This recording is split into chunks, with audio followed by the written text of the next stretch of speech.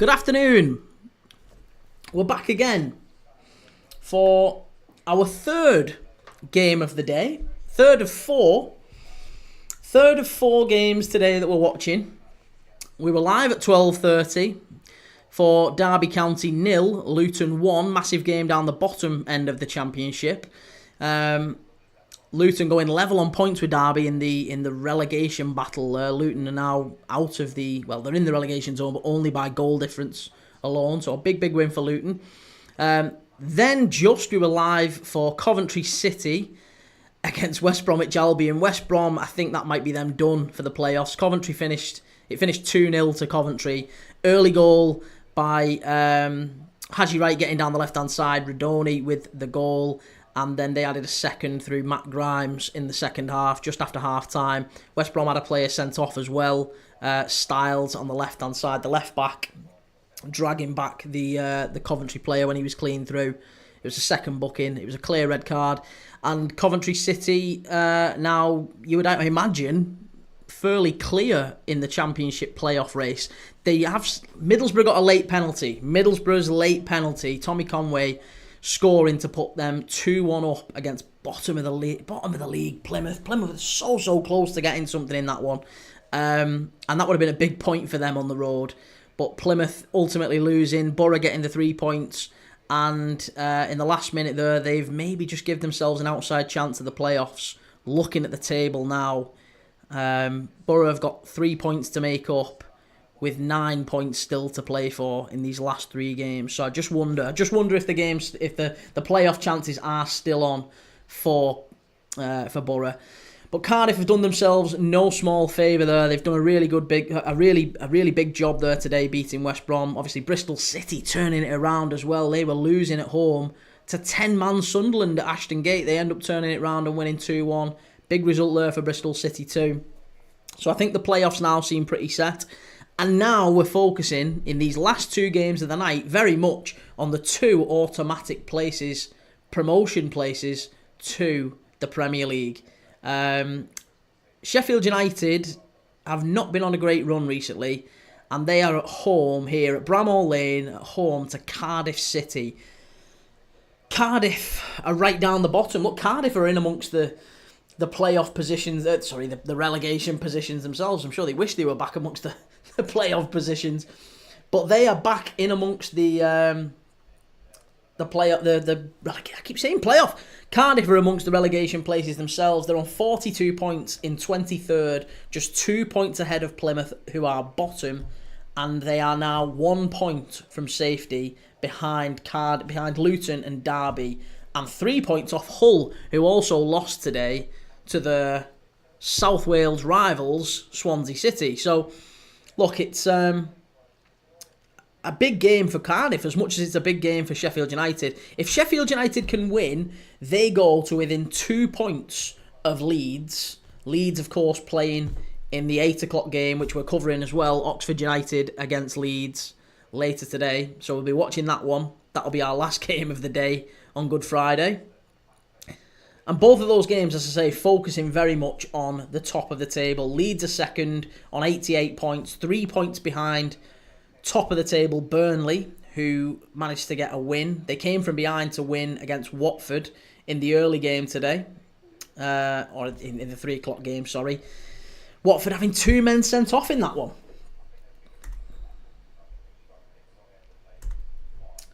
Right, Alfie, come on the Cardiff, Callum the Red, Sheffield 3, Cardiff 3. We're getting some predictions in already, good stuff.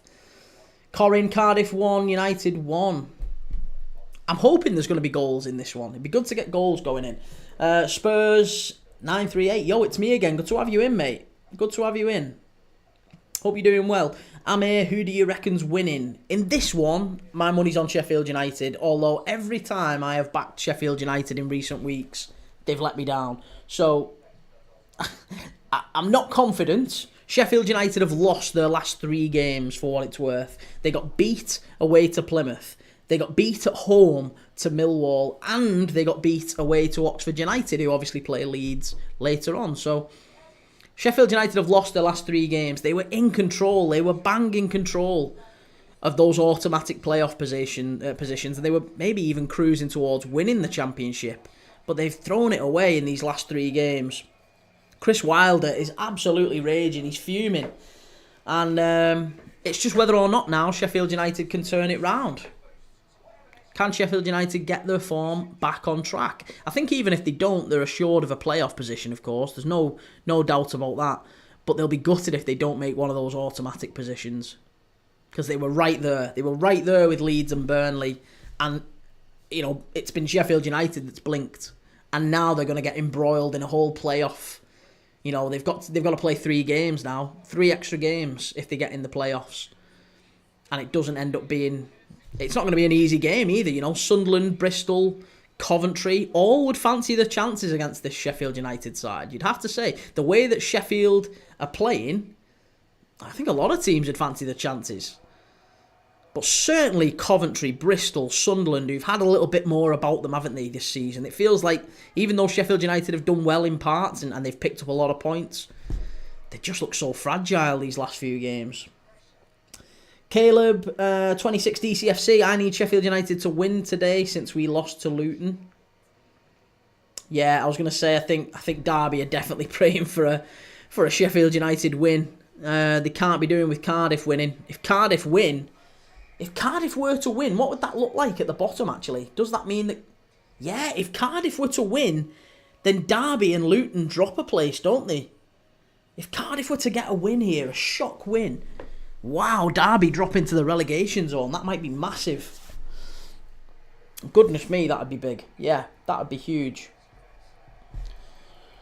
Right, I'm just catching up with the chats on YouTube and the various other channels that we are live on right now. I'm live on absolutely every one of them. If you've not already, I'll say it now just while we're live. If you haven't already, please go and give us a follow. Go and give us a subscribe. It takes 2 seconds and it massively helps the channel. We are a brand new channel. I've never been on YouTube before. I've never set up a channel before. Set up a channel in January. We're at 5,000 subscribers nearly on YouTube. Coming up on 2,000 on TikTok, but that's even newer. And we watch football every single day. That's all we do on this channel. We watch football. We talk about all the news in the game. Everything from the Champions League to the Europa League, the Conference League, the Premier League, of course. I'm a Liverpool fan. The Championship we're watching today. We've watched 4 games in the Championship today. And around Europe as well. Look, I watch the Bundesliga. We watch La Liga. We watch all sorts of games. So, if you are as mad about football as I am, if you love football, if you're a football nerd, if you're a football dad like me, or a football mum, whatever, everyone's welcome. Doesn't matter what team you support, we all get involved in the chat. There's regulars in our chat who support Man United, Arsenal, Liverpool, Everton. We had some Coventry, West Brom fans in there today. We've got some Cardiff fans in. We've got a Derby County fan in the chat right now. We've got loads going on. So, if you like football, if you love football, and you enjoy watching all sorts of football, get amongst it, get involved, get subscribing, and get in the chat. Let's have a chat. Let's talk about whatever's on your mind today. We don't even talk about football sometimes. If the game's crap, we have a chat about what you're having for tea. We have a chat about what you do for a living, where you want to go on holiday this year. What's bothering you? All sorts of things. We have a chat about everything. It's all good fun. So get subscribing if that's your thing. If not, then yeah, breeze on by. That's cool too. Sheffield United's lineup. We'll come to that in a minute. I just want to make sure we get the game all set up right. 1 second. The scoreboard's good to go. Caleb, thank you for the follow. Mardinho, thank you for the follow. Please, Cardiff, man. Grand Theft Automatic, good energy, mate. Keep it up. Thank you very much. Appreciate it. Mardinho followed you, pal. You seem enjoyable. I might be irritating at the best of times, mate, but I'll try. I will certainly try. We just like watching football, and everyone has a good laugh in the chat. We all have a bit of banter, a bit of back and forth. It's not like an echo chamber. Like when you go to the big football channels, the United stands, or whatever club you support, it tends to be one group of fans, and any outsiders that come in are kind of pushed out of the chat. Here, this is a general football channel. We love football, right? We love football. All banter is welcome as long as As long as you don't take it too far. We love a bit of banter. Alyssa, 7-6. Come on, United. I was gutted about that. I was absolutely gutted about that. And if you go on the channel, you can see I've posted a couple of videos from the game last night, the live last night.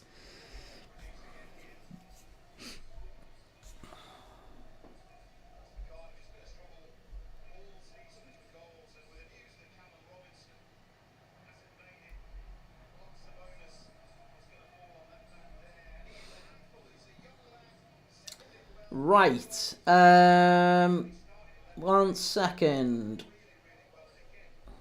And I'll be right with you. We're coming up to kickoff now, so I'm just going to get the clock all going. Caleb, do you think the league is definitely yours? I mean, we're 13 points clear. If we don't win the league from this point, Caleb, then there's something bloody wrong. Yeah, 13 points clear, 6 games to go. 13 points clear with 18 to play for. In theory, we can win it this weekend if we beat Leicester and Arsenal get beat by Ipswich, which I don't think will happen, but we could, in theory, win it this weekend. Hi, Luton fan here. Come on, Sheffield. Everyone's hoping for the Sheffield United win down at the bottom. Certainly Luton and Derby fans. We've had some Luton and Derby fans in the chat. Liverpool Legends, the thing I've got no audio. Don't say that. Don't say there's no audio. 1 second. Don't say that. Don't say I've got no audio. Can people hear me right, or is it just you, Liverpool Legends? It's back. Sorry. Yeah, the thing you said about Spurs and Arsenal is perfect. Right. Thank you. Yeah, that was during the United game last night. We did a live watch along of the United game. Which is still up on YouTube, and all the time codes of when the goals went in. If you want to go and see the reactions and all that, if that's your thing, that's on there. But yeah, that was just during the United game. We were all having a chat in the comments and stuff about what was going on, and to me it just seemed perfect. If Spurs can win that and really floor Arsenal, that'll be amazing, won't it? Right. Cardiff with a long ball into the box. They're putting Sheffield United under pressure straight from the off here. That's a foul. That should be a foul, surely. Surely that was a foul. Can't believe the ref didn't give that then. Should have been a free kick to Cardiff on the edge of the area. Madness. It's gone again. Don't start. How's it gone again? Don't say that. Please don't say that.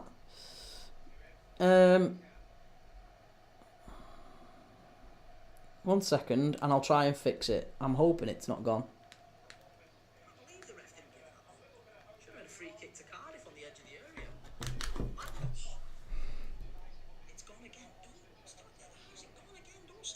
Yeah, I was going to say it's not. I think it must be yours, mate. It must be your phone, because I'm listening to it here crystal clear. There's been no breakage in audio.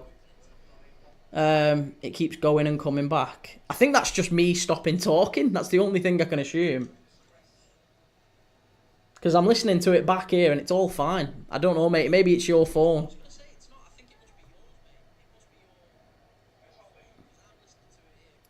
Audio is fine. Thanks, Caleb. Well, at least, I was going to say, at least some people are saying it's fine. It seems fine to me. So it might just be your anomaly there, Liverpool Legends. I apologise. I'll reset my phone now. Sorry, mate.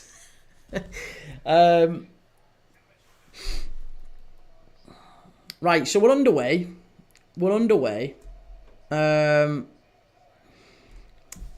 Let's see if Sheffield United can get 2 points within Leeds, and can Cardiff potentially put Derby County back into the relegation zone.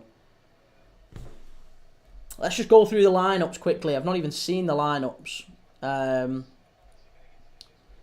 Just going to X off these games. Right, hang on. So, the lineups as they stand are: in goal for Sheffield United, it's Michael Cooper. Hamza Chowdhury at right back. He was always a centre mid at Leicester.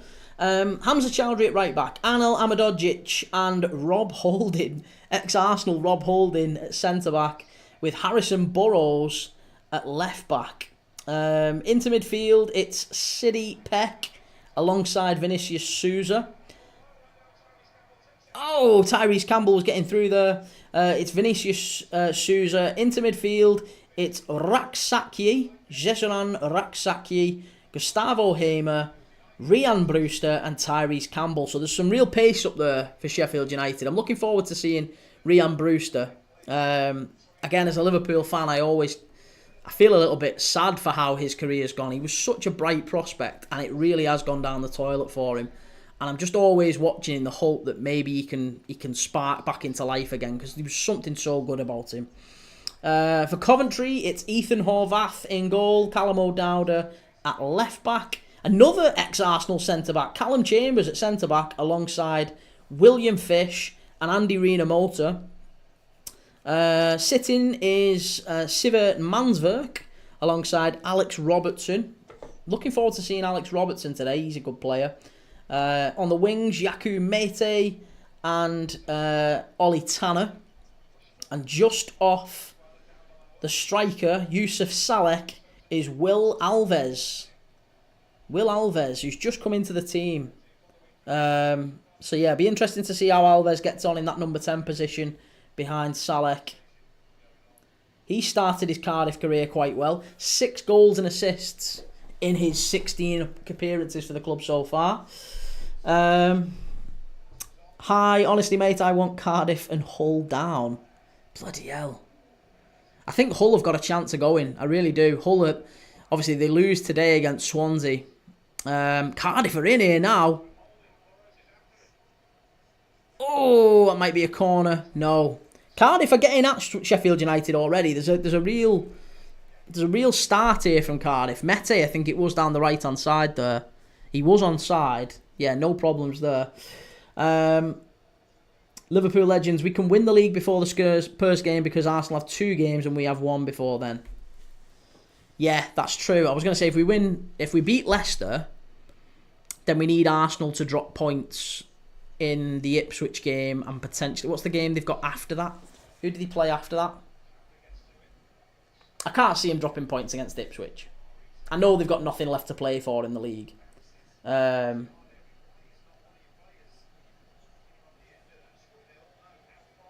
have a look. Arsenal have got... They've got Ipswich and then they've got Palace. Oh, that's what. That was it. They've got Palace. And there was that post on social media. I think it was from... Was it Rory? Rory Talks Football and whoever. They were saying about... Crystal Palace play their FA Cup semi-final 3 days after they play Arsenal at the Emirates. And Arsenal have Real Madrid 6 days after they play Crystal Palace. And I think Rory put on something on Twitter about, should we just both, like, as the game, kick the game off and then just stand there for 90 minutes. Nobody gets injured. 0-0 draw. We both go away happy. Nobody's been injured. And I think all Crystal Palace fans were like, yep, that's fine, no problem. So get your money on a draw between Arsenal and Crystal Palace. Liverpool legend, they only have to drop points in 1 of the 2 games. Did he really? Okay. Yeah, assuming we win both of them though, right? Assuming we beat Leicester and Spurs. Which again, given Spurs have now gone through, you would imagine we will beat both of them, wouldn't you? Certainly will be favourites. Leicester away, Spurs at Anfield. We should win it against Spurs. Oh, that might be a pen! Oh, I thought that might have been a pen to Sheffield United. He pulled the ball back. It looked like the Cardiff player didn't get any of the ball. And it looked like he cleaned him out, to be honest. I'm surprised that wasn't looked at. Well, I know it can't be looked at. Confused. VAR. I'm confused. Caleb, Rory talks crap. Yeah, I'm not a massive fan.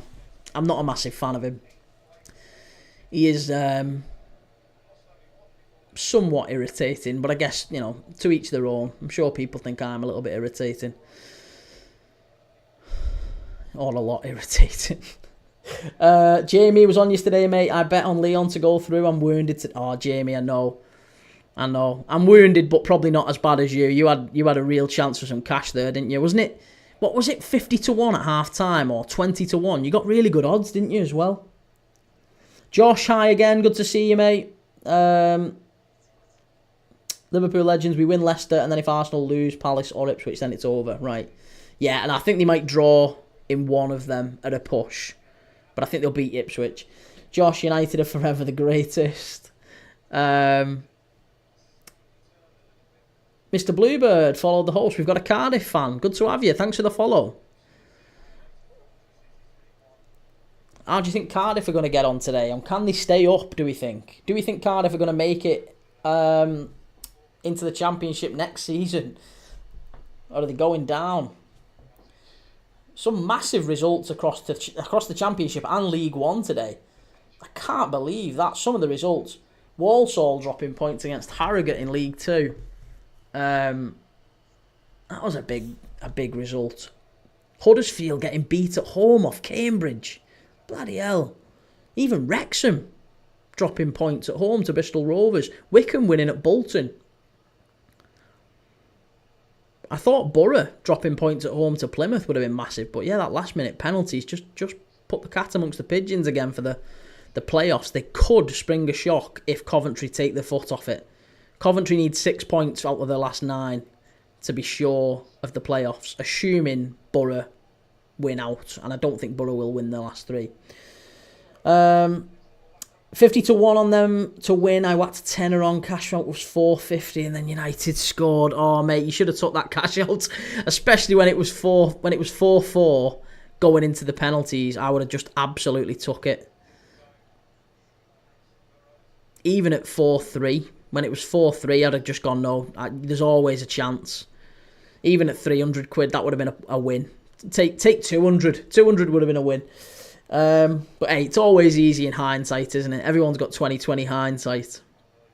In the moment, you always think, nah, they'll ride it out. They'll ride it out, Leon. They're not going to throw this away. 4-2 up at Old Trafford with 10 minutes to go. United have been crap. And then they go and do that. They score three goals in 10 minutes. Josh, has 42 been found yet from his missing trip? He went on. Oh, aye, he's turned up. Caleb turned up. Everyone who I called out yesterday, they all turned back up.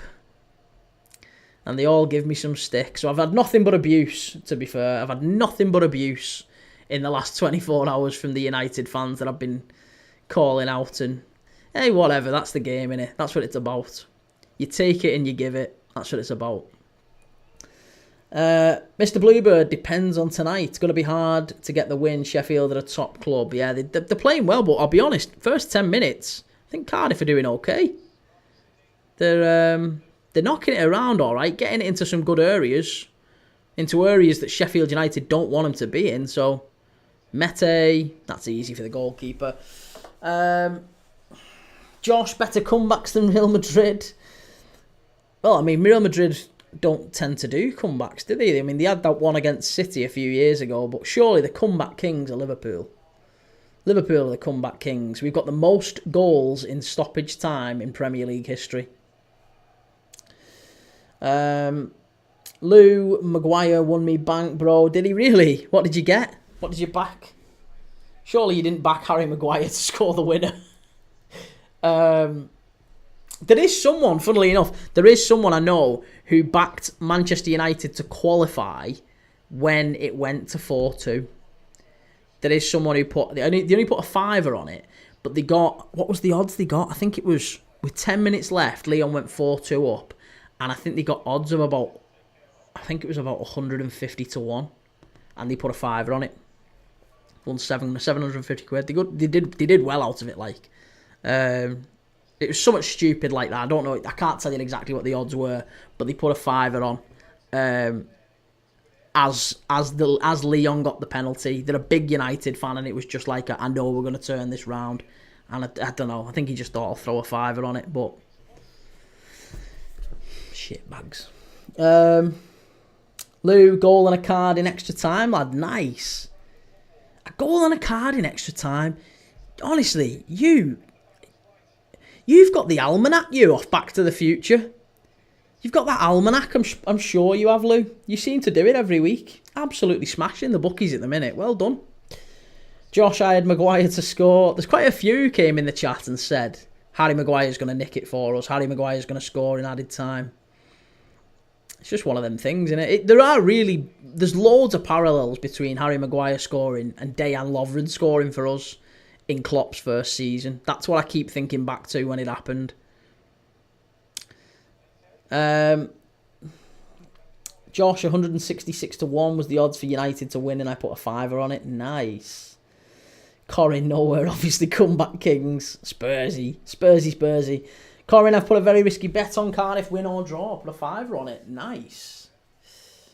Lou had Trafford before for Burnley, 96th minute card. That referee was card happy in the Watford game, wasn't he? He sent 2 players off, and they both got their first cards, like, within a couple of minutes of getting They both got the second cards within a couple of minutes of getting their first. The ref just went, card, yep, card again, off you go.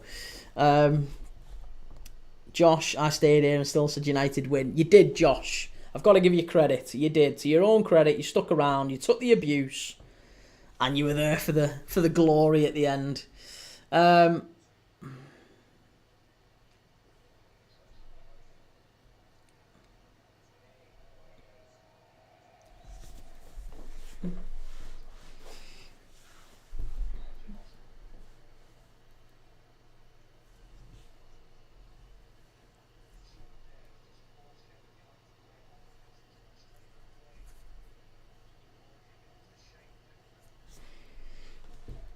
Sent Sissoko off for arguing in 2 minutes. Is that what it was for? I assumed one of them was for dissent. But yeah, to get 2 bookings in 60 seconds or whatever it was, it's some going. Oh, goodness me.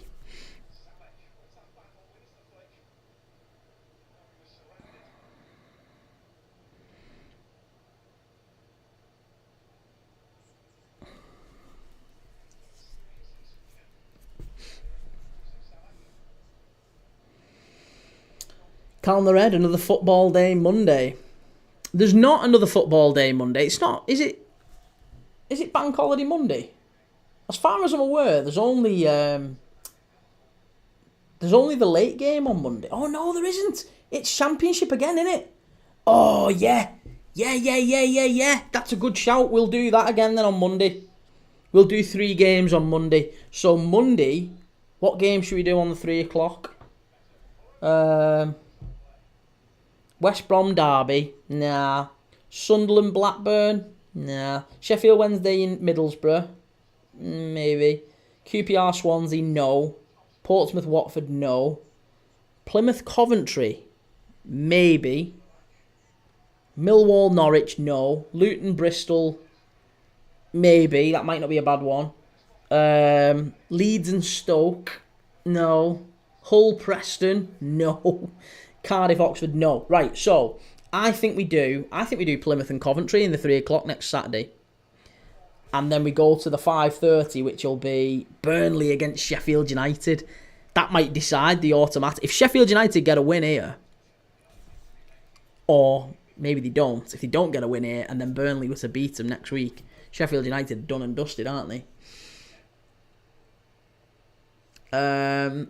Sunderland BB all day. Do you think? I just think there's nothing really riding on that game though, Lou. It might be a good game to watch. It might be the best game to watch. We'll see. But I've got to say, I think I'm going to go for... Is there an early kick-off? Newport Walsall? Nah, we're not watching Newport Walsall. Everton La Liga? Nah, we'll watch the 2 championship games, whichever one we decide for the 3 o'clock. Cardiff are in here. Cardiff, if he hits it. Ow! Mete, hit it. Oh, cleared away. Cardiff are getting loads of chances here. It's been given a free kick. I think he's offside. Yeah, so I think we'll do the 3 o'clock on Monday, whichever one that might be. Maybe Plymouth and Coventry. Because both of those have got something to fight for, haven't they? Plymouth need to stay up. They probably need a win in that one. Coventry equally need a win. If Borough were to get a win, then all of a sudden they're back in the fight. And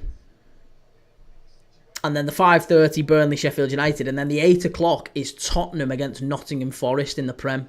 So we're back to the Premier League at 8 o'clock on Monday, and then obviously Tuesday is there anything on Tuesday? Yeah, Tuesday Aston Villa, City against Villa. That's another one that's a big one in the European qualifiers, isn't it? Wednesday Premier League, Arsenal Palace. We'll watch that. Thursday night. There's naturally nothing on Thursday night. I guess we could do Atletico Madrid. Atletico Madrid against Rayo Vallecano. That might be alright. Vallecano have got an outside chance of Europe this year. And Atletico could still finish above Real. So go on, we'll do that. We'll do an 8:30 next Thursday. Atletico Madrid against Rayo. Friday, back to the Championship. Stoke Sheffield United. Why not? There you go. Lou, do you reckon we'll beat City tomorrow? No chance. City are going to smash Everton tomorrow. That's a nailed on. Caleb, Derby v West Brom will be good as we need to survive and they can still technically get playoffs. I think West Brom they're not going to get the playoffs. I think Derby, yeah, obviously you need to get a win, but I'll tell you what, the way you played today, it wasn't an easy one to watch. Corin, I had a feeling Cardiff would win. Well, I mean, look, they've started all right. They've certainly started all right. Callum, Reds on against Leicester, and Trent might be available. Yeah, I think Trent's going to be in the team.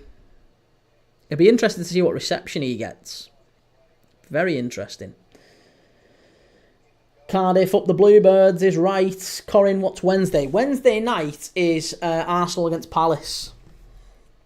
Callum the Red, no break for you there, Kieran. Listen, it's never a break. Watching football, there's no such thing as a break. We love watching football. This is a joy. It's an absolute joy. So this is all good. I'm loving it.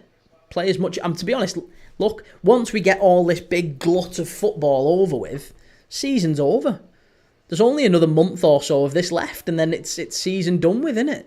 So then it's back to, I'll be making videos about transfer rumours and all sorts, and videos about various what do we think of this player and legends and top tens and all this sort of thing. So we're making videos over the summer. I might even start watching some obscure leagues that run over the summer.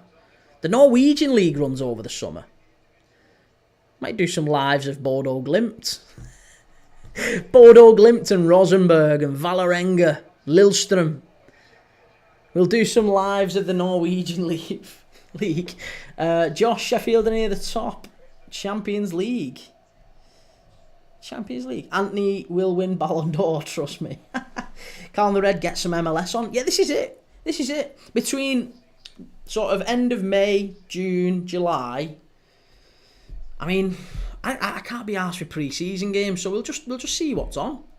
Just see what's on, and we'll do some lives. We'll do some lives where we just talk about transfer rumours, and we'll just have a chinwag. But we'll be going live as often as we possibly can. Yeah, MLS and pre-season. I quite like the MLS. The problem with the MLS is that most of the lives take place at about 1 a.m. And sadly, I can't do that. I have a little girl, so there's no way I can be up shouting and screaming and celebrating at 1 a.m. My wife would kill me. So yeah, there's absolutely no way I could do that. Harrison, oh no, it's Burrows down the left-hand side. What's your favourite foreign league? I like the Bundesliga. Do you know what? I'm rapidly growing into Serie A, and I used to love Serie A when I was little, like kind of mid-90s. It was brilliant. And then it kind of faded away around the edge of around the time the betting scandal and the match fixing scandal came out. When all that came out, mid 2000s, it felt like it all faded away a little bit, and Italian football had become it was just so defensive. There were some great players. One of the most underrated players I think ever, David Trezeguet. Loved watching David Trezeguet for Juventus. But yeah, I think I enjoy watching Serie A now. It's more of a goal fest, especially when you're watching like Atalanta. Atalanta seem to stick 5 away every couple of games. Finn Jordan, have you seen the way Bologna set up and how they transition? It's really unique. Lewis Ferguson for Bologna is again one of my favourite players to watch. I'm surprised he's not been gambled on by a Premier League team. I did a video in January where I talked about which players Premier League teams should be targeting, and Lewis Ferguson from Bologna was one of them. He's been different class. Corin, I also enjoy League One, even though it's a farmers' league. It's not a farmers' league. PSG are about to win the Champions League. And I think some of the teams in League One could spring a shock. I actually think the quality of League One has gone up quite a bit. Charlie Cresswell at Toulouse, watch out for him. Lille, obviously Jonathan David and Angel Gomez. They'll probably be moving on this summer. Strasbourg, Liam Rossinia's Strasbourg, they might be in with a chance of Champions League in Europe next season. You never know what's going to happen there. Monaco looking half decent team again. Even Marseille, I mean, they're not quite where they was, but attracting players like, I know Mason Greenwood, everything that happened with him, but as a player, if you just look at him in terms of ability, Mason Greenwood's a player, very good player. Dilzer, who do you support? I'm a Liverpool fan, Dilzer. People will know what I'm about to say, but I say it all the time whenever anyone asks me. I'm a Liverpool fan, but I'm a football fan first. I watch football, all football games, all football clubs. I'd like to think I'm not biased. Probably am a little bit biased, but I'd like to think I'm not. I can give a balanced opinion on most teams. And we watch everyone. We watch the Championship. I watched 4 Championship games today. We watch La Liga, Bundesliga, Liga 1, and Premier League. Every time there's a Premier League fixture on, I do a watch along. Edward, hiya mate, just can't stop crying. Oh bloody hell, mate. Just try and do something that takes your mind off it. Maybe go and play a bit of FIFA. Whatever kind of keeps your mind off it, and just try and do something good for the soul. That's all I'd say. Do something that's good for the soul, mate. But it's not easy when you lose someone. It's not easy. And look, I hope you're all right, mate. Take it easy. If you want to dive in and out of the chat, if you want to come back in a bit, by all means do so. If you want to drop us a message. Oh, Sheffield United nearly. But yeah, just take it easy. Go and do something that you enjoy doing and try and take your mind off it for a little bit. It's not going to make everything go away, but just do your thing for a little bit. Finn Jordan, I was surprised Leeds sold Cresswell to Toulouse. He looked like a future captain for Leeds. I think he just wanted game time, didn't he? Again, he's gone to Toulouse and all of a sudden he's playing for the third best defence in Ligue 1 at the minute? Toulouse? Third best defence. And Leeds, it was 4 million quid. Toulouse paid 4 million quid for Charlie Cresswell. And I would wager that within another 12 to 18 months, he'll be in and around the England squad, if he carries on as he's been playing, in and around the England squad, and he'll be being targeted for a 25, 30 million pound move to somewhere like West Ham. You watch. West Ham, Charlie Cresswell, almost certain of it. Short. Oh, unlucky. Of course you would, mate. Absolutely. No problem at all. I can't promise I'll be much help, but I'll absolutely no problem having a chin wag.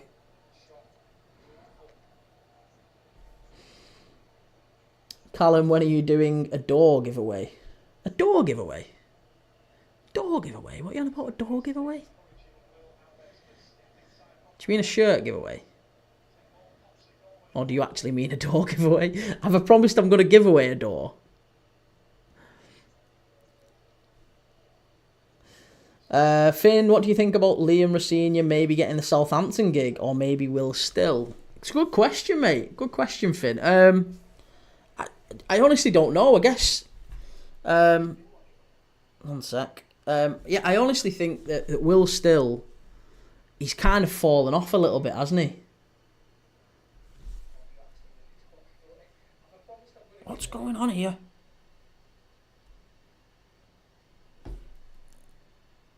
Here we go. Hang on a second.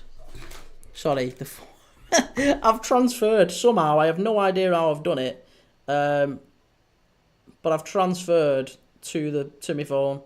I've transferred the camera to the screen when I'm not watching the game. Right, madness. I don't know how I've done it via my watch.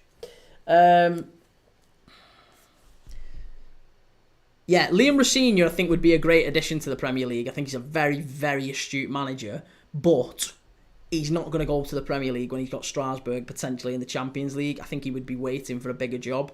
And if he stays at Strasbourg another year, then he might be tempted. He might have a Spurs or a, again, maybe a West Ham. They seem to move managers on quite quickly. You never know in the Premier League. There's always opportunities coming up. So I think even in Everton, I think David Moyes is going to leave Everton in the next 12 months. You watch. So Everton will be up for a new manager soon. And yeah, Rosenior will be one of them that's touted. A young English manager, good experience abroad, plays a good style of football as well. And quite a varied style of football. It's not just, they can press quite well, Strasbourg, but they can be very direct as well. We've seen that. And they've got a couple of good players as well. I really like the look of Omega up front. Omega's a fantastic young player. Callum, I want your front door, mate. Daniel, where do I sign up for the door giveaway? Where's the door giveaway come from? I've never said I'm giving a door away. I haven't got a door. Don't know where that's even come from. Edward, 1 second, mate. Hang on. Yeah, listen, of course, absolutely. Stick around, Edward, no probs. When's the door giveaway happening? Are you winding me up? I haven't said I'm giving me door. I haven't got a door to give you. I'll do a shirt giveaway when we reach a certain number. When I reach 10,000, right? When I reach 10,000 followers, we'll do shirt giveaways. That feels like a big enough number that we can say, fine, let's actually have a competition. I'll give away some shirts if people want shirts. Christ knows I've got enough of them. Your missus will be delighted to lose some shirts. Oliver Knox, who's your pick for teams to stay up? Likely coming in from the Championship this summer, mate. I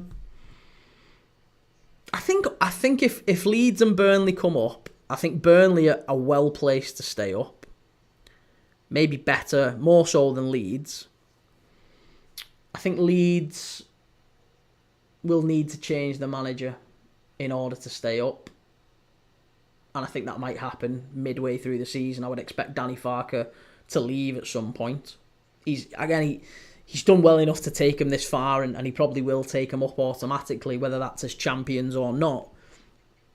But I don't rate Danny Farker as a manager. I don't think he's anywhere near flexible enough or consistent enough in the teams that he produces. He yo-yoed a bit with Norwich, didn't he? And I'm not a lover of what he's done with Leeds. And I think with Leeds now under Red Bull ownership, I think we might see, maybe a young German coach or a young Austrian coach come in. Someone like whoever the next Oliver Glasner is, the next Fabian Hürzeler.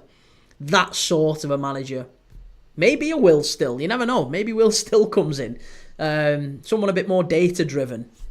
It's that sort of an approach, and I'm sure Jurgen Klopp will get involved with that as the director of Red Bull football, because he certainly ain't going to Real Madrid.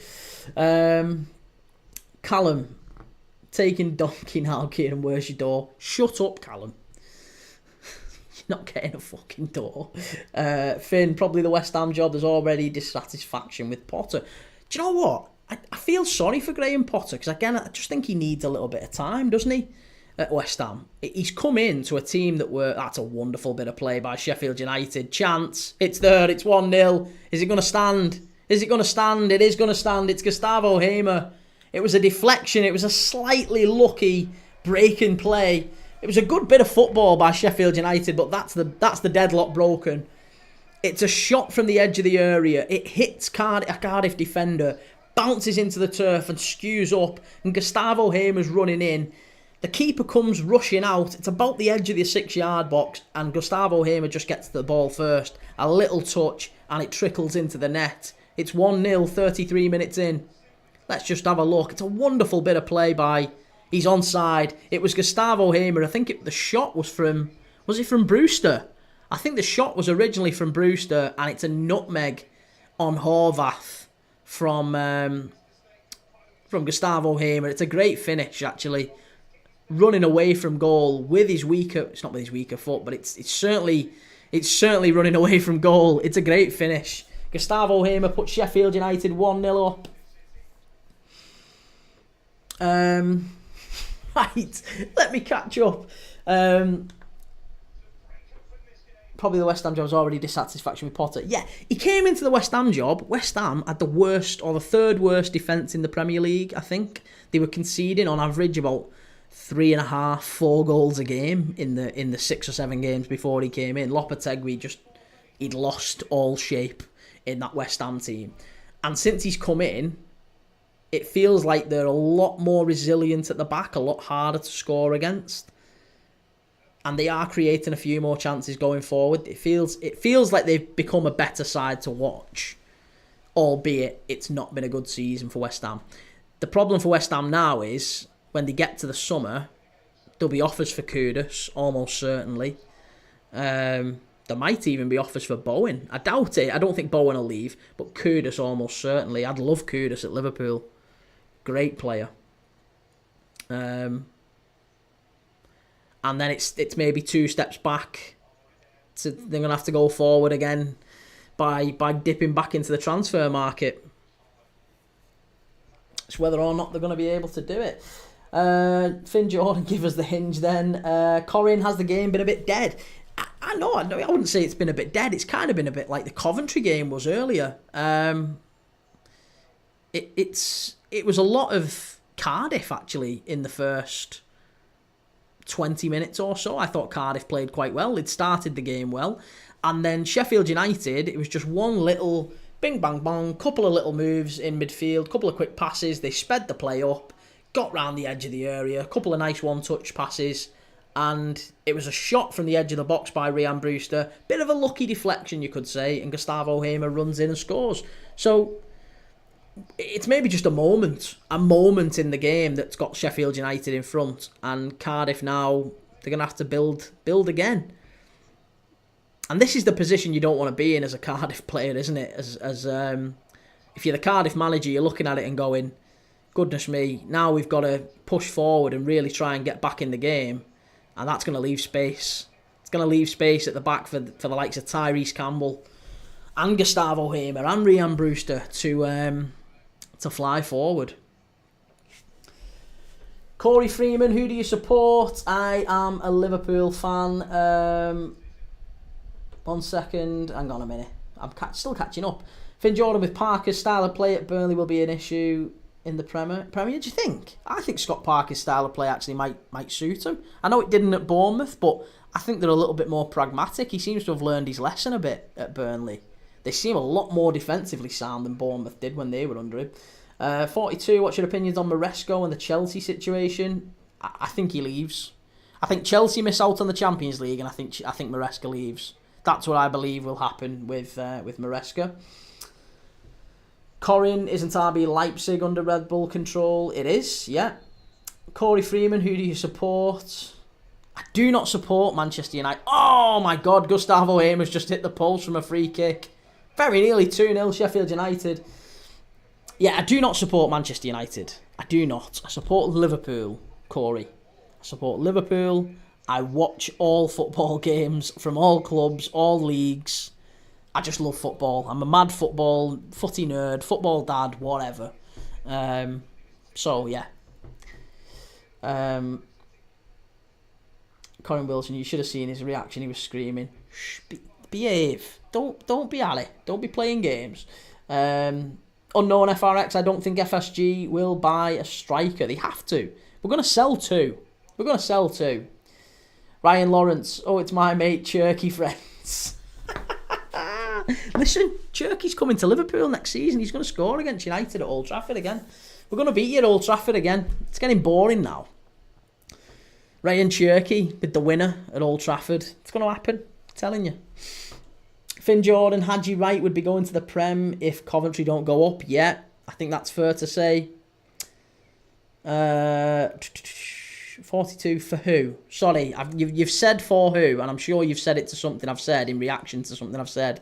But I've since said so much crap, I have no idea what you're talking about. So if you can remind me what the question was, for who, I'll tell you. Finn, thank you very much for the GIFTS.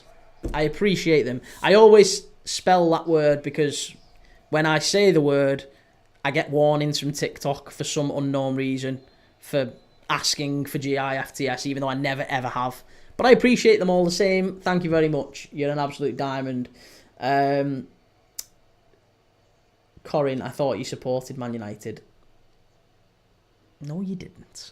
You know me well enough by now. You know that I do not support Manchester United. You know that I loathe Manchester United. 42, Cherky's coming United. Cherky's got better. He's got more ambition than to be playing no European football next season. Surely he doesn't want to be competing for 14th next year. Callum, we need to buy Ekitike if we want to retain the Prem. Well, he didn't do much last night against Spurs, did he? Listen, he's a good player, Ekitike. I just don't think he's the be-all and end-all. I'm not sure, honestly, what striker I want at Liverpool. I'm kind of torn on the whole Alexander Isak thing. I'll be honest, I'm not entirely sure I want him. For the money it would cost to get him, I think there's better value out there. I would probably even rather we kept Darwin Núñez. But I suspect maybe he's burned his bridges with Slot a little bit. I think it's already agreed between Slot, the club, and the players that Jota, Núñez, and Diaz, all three of them are going. So there's no world where we don't. Oh, Cardiff are in here. 1-on-1 with a keeper. Must be. That might be a pen. Has he got that? That's a wonderful tackle. That was Aaron Wan-Bissaka levels of tackling there from the Sheffield United defender. I don't know who was that. Who got back? Chowdhury, was it? Unbelievable from Chowdhury, that. Fabulous. Absolutely fabulous there. Corin, I'd rather you support Man United. No, you don't. You're an Everton fan, so maybe you do. Maybe you'd rather me support. Look at us. Reds and Blues getting on. It's all good. Don't be telling porcupines. 42, who do you think they get in if Maresca is sacked? God knows. It's Chelsea. I mean, Christ, they just flavour of the month. They buy whoever they want. They probably go and get any manager. It wouldn't surprise me if they rehired Poch. I don't know, I mean, let's have a look and see who's the sort of managers that Chelsea would go for. Here we go, Raksaki. Chance here for Sheffield United. Good block. Very, very good block. I do wonder at what point Gareth Southgate gets back into management. Or Sir Gareth, that should be. Oh, Cardiff are in here. Might be one. Oh, it flags up. Unlucky. Yeah, Gareth Southgate. Gareth Southgate is still in his 50s. He's still a young manager. He left England. He said he always maintained that he had ambitions of managing in the Premier League again. There was heavy rumours linking him to Manchester United at one point. We know that he was the preferred candidate of Dan Ashworth. Obviously, that didn't pan out, and United sacked Ten Hag and went with Ruben Amorim. But yeah, I think the next big Premier League job, Gareth Southgate would certainly. I'm sure his agent would be, pushing him forward. I think the problem is that he wouldn't be well received anywhere. I don't think there's a Premier League club that would love Gareth Southgate as the manager. Like, he did all right with England, didn't he? Obviously got them to a final. But I think every single Premier League club, if you appointed Gareth Southgate as the manager, all of them would be a little bit like there's not a one that would be made up with that appointment. Even your Brentfords, let's say Oliver Glasner went to Spurs, which is another rumour that's doing the rounds. Let's say Oliver Glasner ends up going to Spurs and Palace appointed Gareth Southgate, who's an ex-Palace player. I think even that would be a bit... really? Gareth Southgate? I'm not sure he's the right appointment. So I just don't think that any of them are particularly the right signings for Chelsea, the right managers for Chelsea. Ten Hag might be one to watch, actually. Ten Hag could be one that Chelsea go for.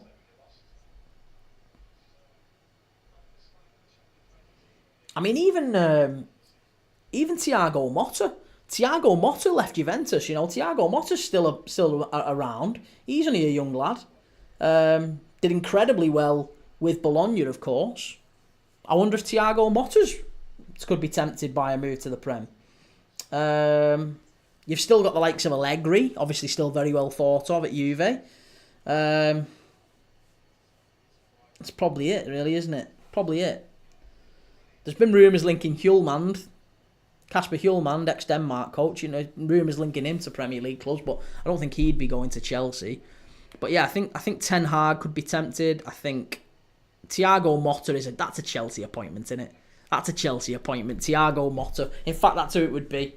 That is exactly who it would be. I've changed my mind now. If Chelsea sack Maresca, they're going to sign Thiago Motta and appoint him. I promise you. Harry, as a Cardiff fan, we are so shit. Don't say that, Harry. I can't believe the clock stopped again. Apologies. We're on half time now, nearly. There's an injury for Sheffield United. Player going off here. I think it's Raksaki. Finn Jordan, could you go for Ivan Toney? I'd love Ivan Toney. I'd love him, but I just don't think we're going to get him. 42, you can take Hoyland for 50 million for you, my friend. Very good deal. I think I'll stick with £1 fish. Corin Wilson, 1-1. 42, Ancelotti. Ancelotti, I think he's staying in Brazil for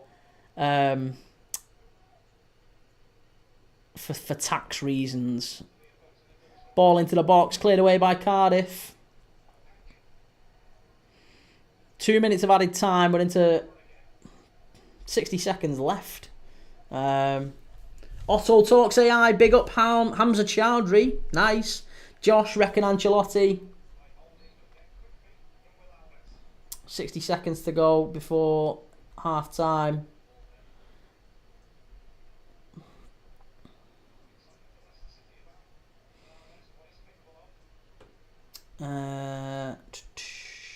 Southgate to Chelsea, here we go. Finn Jordan, he's a League One manager at best. This is the thing, I think it'd be so underwhelming for every club. I'm not sure who really wants him, but it's a shame because evidently he kind of... I mean, I don't really support England. I hate watching England.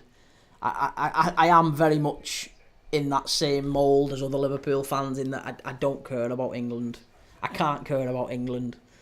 I've never really enjoyed watching England since Michael Owen left us. That's the last time I genuinely cared about watching England. Michael Owen, when he was England's number one centre forward, when he left, he went to Real Madrid. That was it. That was me done with England. Since then, all England has ever given me is pain in the backside by sending our players back injured before big games usually. So I genuinely, it doesn't matter to me. I get about as much enjoyment as England winning as I do Sheffield United winning here. It's just a game of football to me. It means absolutely nothing. I enjoy watching the games, but to me it's just international football. Doesn't really mean anything. Right, there you go. We're at half-time now. Half-time. The game is at its midway point. Sheffield United 1, Cardiff 0. Big goal from Gustavo Hamer, who hit the post a couple of minutes later from a big free kick. So a long-distance free kick, I should say. And Yeah, Sheffield United looking fairly comfortable. Raksaki didn't go off, by the way. He stayed on the pitch, but he does look like he's limping. Maybe Terzic. Yeah, Terzic, of course. Yeah, I forgot about Terzic. Corin, who was worse? Amorim or Ten Hag? Well, Ten Hag left the club in 12th. They're now in 14th. Make your own mind up. Finn Jordan, if Motta went to Chelsea, he would sign Lloyd Kelly. Yeah, maybe. I mean, Lloyd Kelly's not doing much. Is he still at Newcastle, Lloyd Kelly? Is he still at Newcastle? Colin Wilson, Chelsea won't sack Maresca. It wouldn't surprise me. Harry, just can't see Cardiff staying up. It's going to be hard, isn't it, if they're not turning up like they are now. They've not really done an awful lot in this game. They started quite well, but since the goal, they've just kind of regressed into their own box, into the shells a little bit. It's going to be a big job from the manager to really get them up for this in the dressing room at half-time. Corin, you don't like international football. I love international football. I'm still saying Cardiff win or draw, according to my bets. Yeah, maybe. Maybe. They started the game well. Maybe they start the second half well. Start it fast. 42, he's at Juve. Is he really? I haven't seen. I remember him going to Newcastle.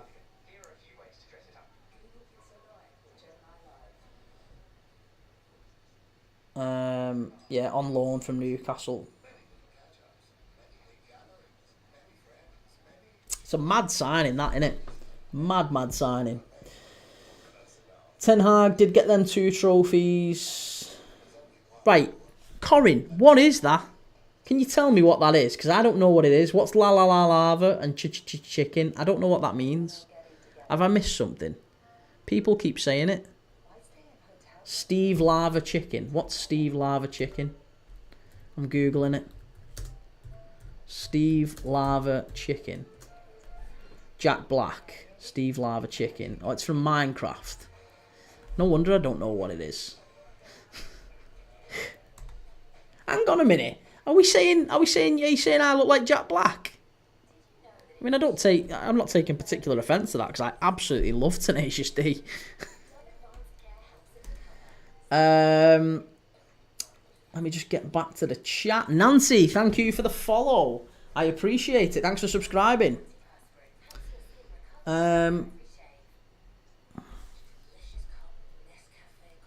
Porto have just scored against Famalicão, for those who are interested.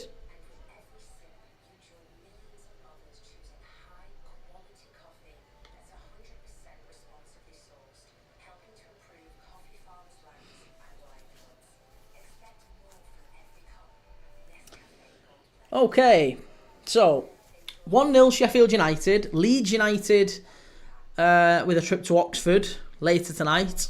You'll be live for that again. It's been a long day of streaming this. This has been the longest day I've streamed. It's been a solid... It's going to be about 10 hours, isn't it? 10 solid hours of streaming. With about maybe a half an hour break amongst all of them combined. It's... You've literally spent the full day with me.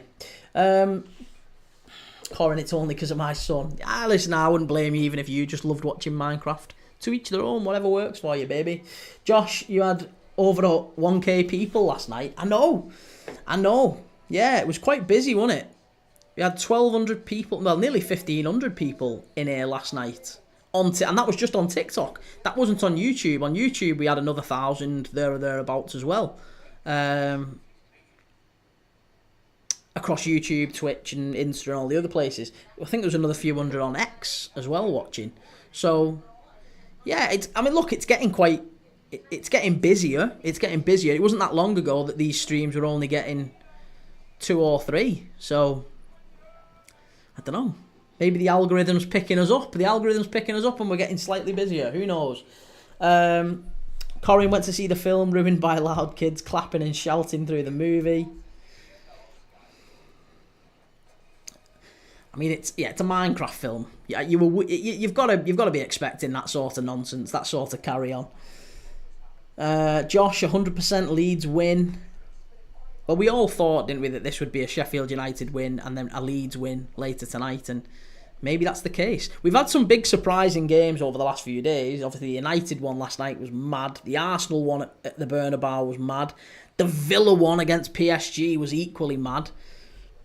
Every game we've picked, I think it's been all right. You know, the Derby County game this morning against Luton was probably the nadir. It was a tough watch, but it was good, wasn't it? It was still interesting. We had a good game. It was interesting to watch how the two teams went at each other. It was pretty much Sunday League stuff. Lots of high balls, lots of direct football, but big win for Luton.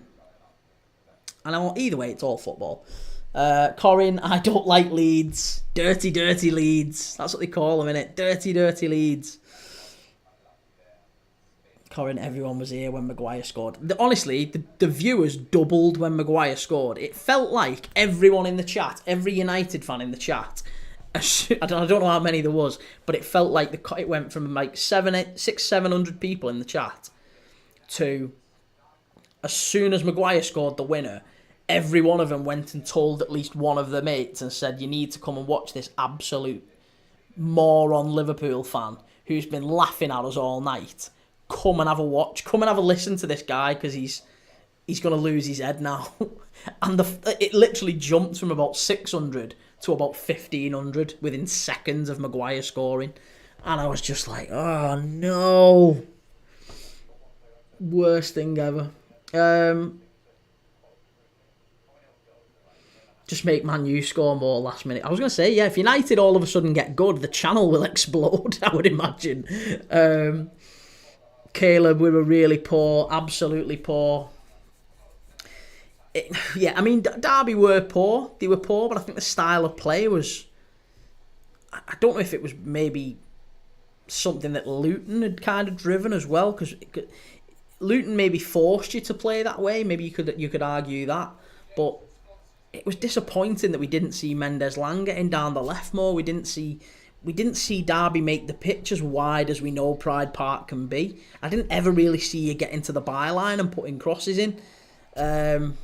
Luton made it very difficult, in fairness. They made it really, really tough to play in between the lines, and they kept a very low block after they scored.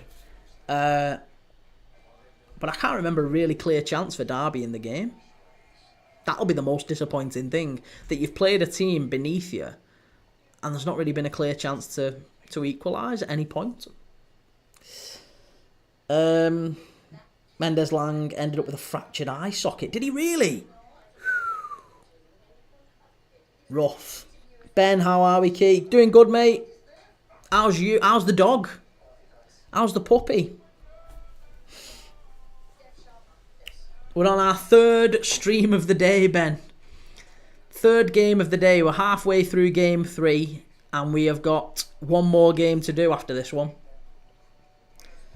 Been out with the in-laws all day up in Whalley. Nice. Lovely jubbly. Have you met them before? That's always interesting, meeting the in-laws.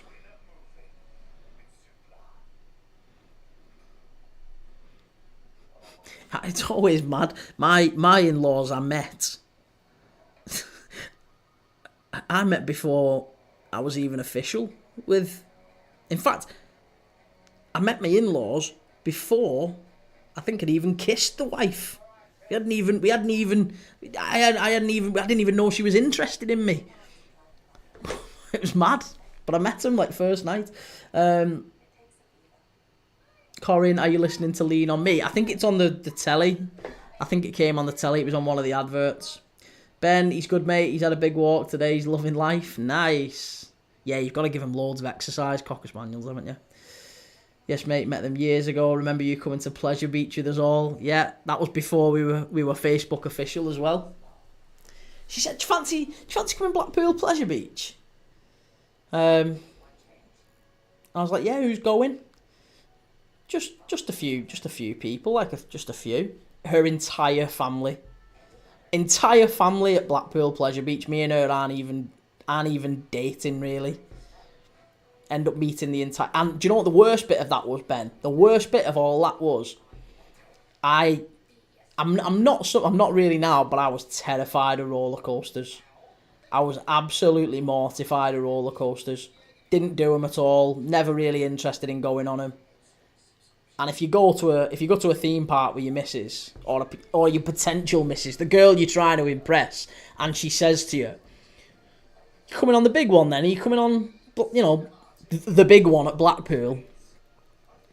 And I'm sat there going, "Oh, probably it's a bit of a queue, innit? It's a bit of a queue.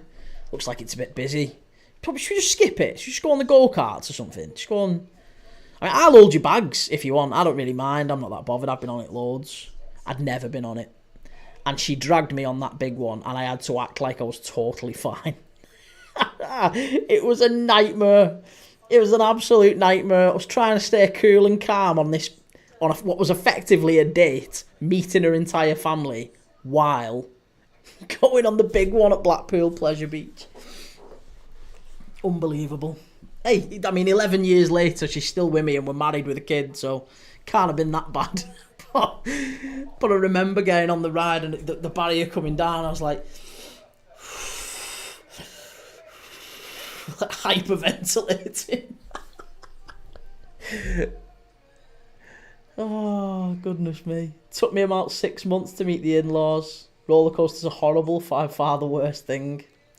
Yeah, I can't stand them. Now I'm older. I mean, that was when I was about, what, 24? I think it was, what, 24 when that was.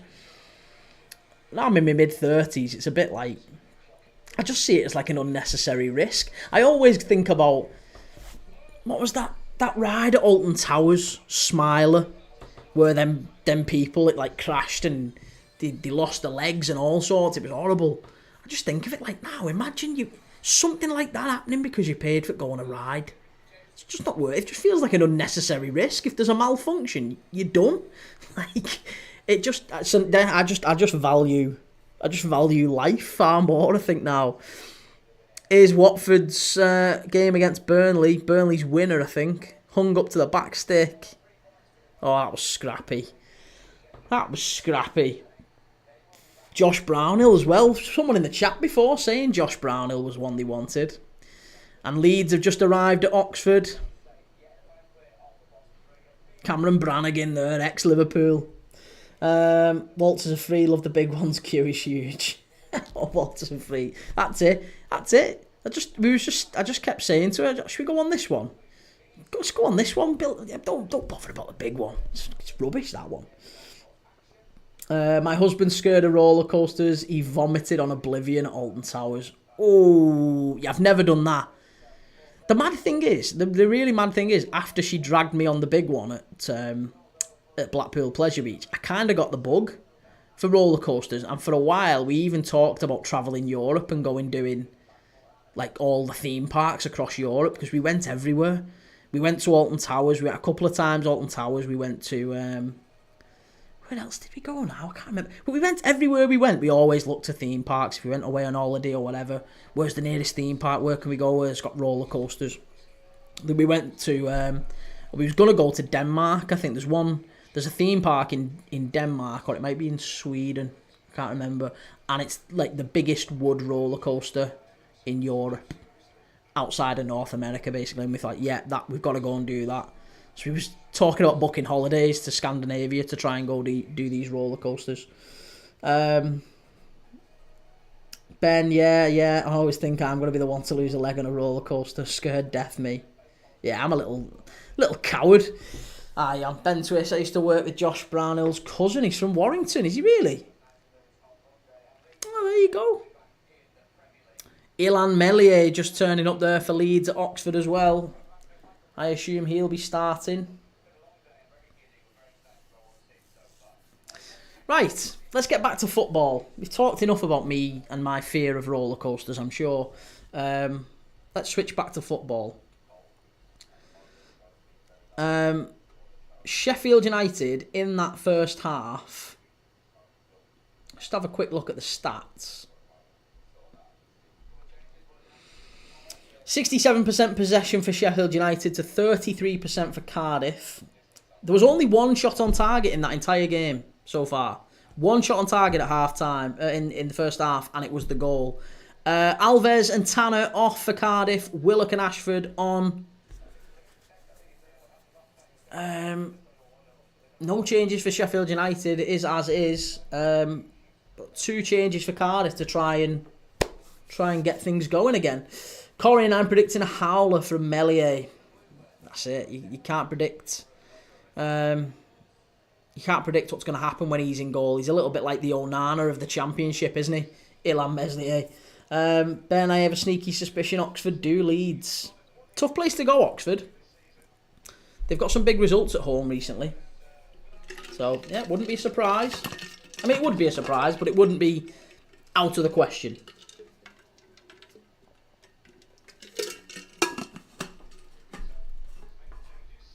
Certainly not out of the question. Right, we're back.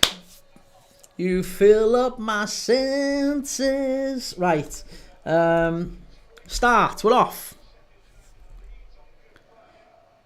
I think Cooper is the best keeper in the Championship. Well, I mean, he is now. Who's the guy who went to Ipswich? Keeper they signed. West Brom's keeper. It was West Brom's keeper, wasn't it? Who ended up at Ipswich. What's his name?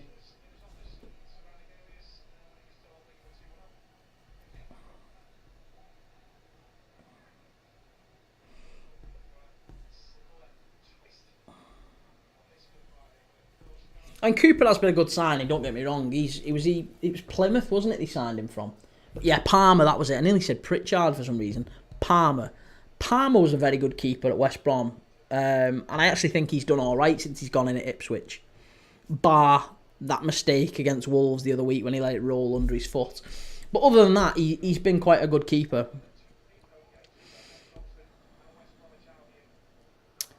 Cardiff pass it straight out of play. Gonna have to sharpen those passing up. Look at Bramall Lane. That's the other reason I don't want Sheffield United up. Look at Bramall Lane. It's empty. It's empty. You can't even say it's because they've got great beverages on at half time. Maybe they're all still in the lounges or something. It's dead. It feels like that's the same. It's always the same every game. Every time I watch any game at Bramall Lane, it's the stands are half full. Oh, he might be offside there. Good tackle. I think it was by Amadodzic. Here's Gustavo Hamer. He ran that one out of play.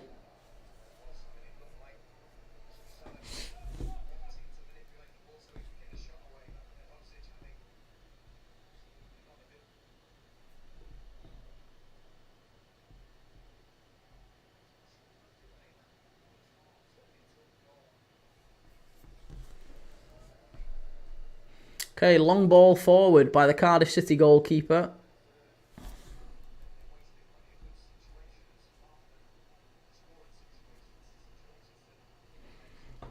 Rena Malta, back to Horvath. I still can't believe we're watching Callum Chambers and Rob Holding in a game of football. It feels like we're back in 2015. Hanson is a good keeper as well. Where did they sign him from again? I don't know, actually. I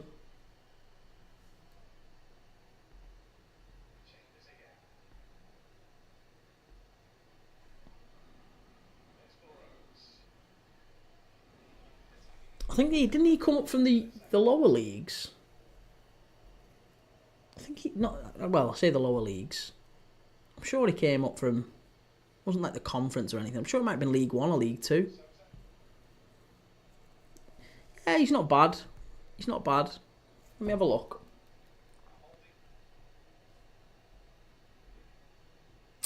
Yeah, he was at Rotherham. He was at Rotherham for 4 years, but he came through the Villa Academy. Are you sure that's what you're on about? Victor Johansson at Stoke?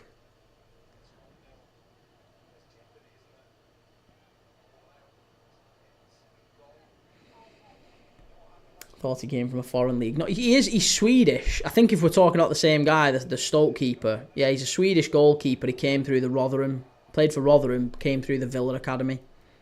He's still only young, 20, 25, 26.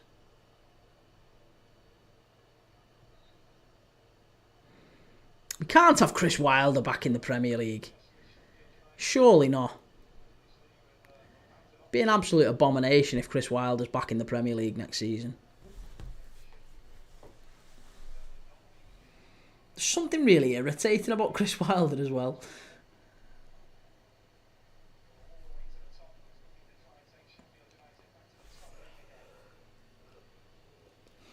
Yeah, look at that. It feels like there's empty seats. I know it's not like... There's a lot of empty seats there. I know that's the Cardiff end behind the goal. I'm not talking about that. I'm talking about the rest of the Sheffield United end. It's not packed, is it? Here's Gustavo Hamer driving forward for Sheffield United. Good ball out wide. Great little turn of pace. That's a corner. It was Brewster who dove in. That was a good bit of skill there as well from Ryan Brewster. Good bit of pace and a good bit of skill to drop the shoulder and get at Chambers. But Chambers gets the block in. It's a corner to Sheffield United. Do like Chris Wilder though. It's not even a good stadium though, really. I've only ever drove past it. I've never been in Bramall Lane. Only ever drove past it.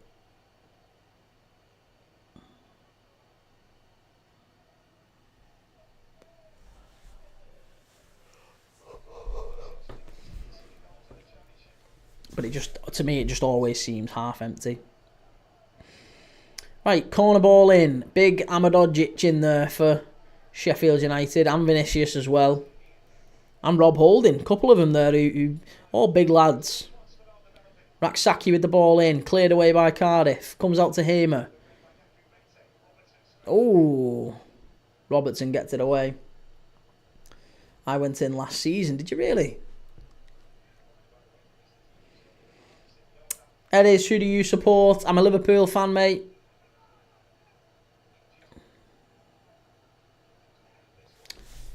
Liverpool.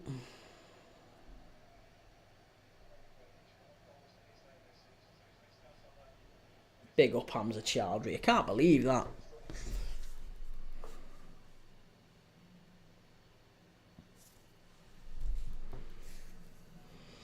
The fans just hate on Sheffield Wednesday. They don't even care about their own team, just Wednesday. Sounds a bit like Evertonians, that. Joe Rawls to glory. I don't really want anyone to win, Joe. I'm not really got a preference, I guess. If I was really, I guess, if you forced me to answer, I'd probably prefer Cardiff to win. Oh, that was a bit of a naughty one. Yeah, I don't really care. I'm a Liverpool fan, mate. I'm watching this because I love watching football. And I watch all sorts of football games every single day. And I live stream them. So, if that's your thing, then stick around. If you like that sort of thing, stick around. In the chat, we have all sorts of fans. We have all sorts of stuff going on. Different fans of different clubs putting their opinions in. And that's why it's a nice place. We all have a bit of banter. We all have a bit of fun. Watching the footy.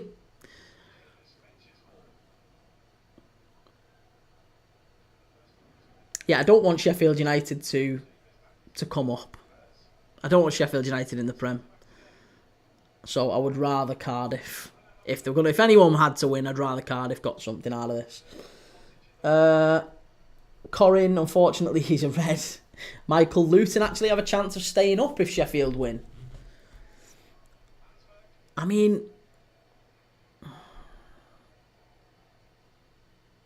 whoa! I think even if Cardiff win, though, haven't they got a difficult fixture list? When I was looking before, Cardiff have got a rough fixture list between now and the end of the season. It's not just Sheffield United. They've then got to play. They've got to go to Norwich last day. They've got to play West Brom again. No, West Brom haven't got much to play for, but you'd still expect them to beat Cardiff, and they've got to play Oxford in Cardiff, so maybe not the worst fixture list. If we look at Luton's fixture list, Luton have got Bristol City. Oh yeah, Luton are off actually. I think I got that arse about tit. I got that the other way around. Luton's fixture list after they win today at Derby, they've got Bristol City at home. Then they've got Coventry at home, two teams who should be playing up, going up in the playoffs. And then they've got West Brom away last day of the season. I think Luton might be going down. Derby's fixture list. Let's have a look at Derby's. Who've Derby got? West Brom away, tough. Hull away, tough. 2 teams scrapping for it down there. Hull's going to be a tough one. And then it's Derby against Stoke on the last day of the season. So, based on the fixture list, I think Luton had to win that today, didn't they? Luton absolutely had to win that. I think you're right, Michael. I think Sheffield United have to win for Luton and Derby, to be honest. Cardiff have got to do something, though. They're going to have to get something. Calm the Reds, Sheffield United 1, Cardiff City 1. Is that your shout? That's what you think's going to happen?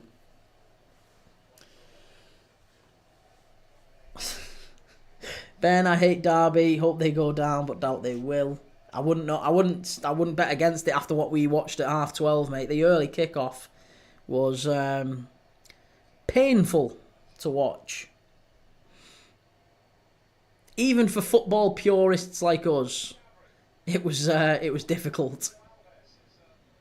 It's good pressing by Cardiff though here. Cardiff have just stepped up a notch. The problem is the quality on display from Sheffield United is so much better. When they quicken possession up, you can see they're really good at going for it. That's good play. Might be 2. Oh, good save. Good save. It's gone behind. It's a corner to Sheffield United. Was it Harrison Burrows there? Good play going forward. He is onside. It's a good save by Horvath. It's gone behind for a corner. Burrows probably should have done better. When you're in that position, you've got to go across the keeper. You've got to be looking at the far post. And for some inexplicable reason, Harrison Burrows tries to go near post and Ethan Horvath pushes it wide for a corner. Callum, no, I said 3-3. Here we go. Corner to be coming in here now for Sheffield United. Harmer takes it. Ball in. Oh, cleared away by Cardiff. Ben, good player though. Harrison Burrows played for my EFL team, Peterborough. Good left back at that level. Well, he did well there, to be honest. Drove forward very well. Burrows back to Harmer. Didn't quite get the cross ball right there, and Cardiff come away with it on the counter. Great tackle by Harmer. He's a very underrated player, Gustavo Harmer. I mean, I call him Hamer. I've been calling him Hamer for some time. Force of habit. Forgive me.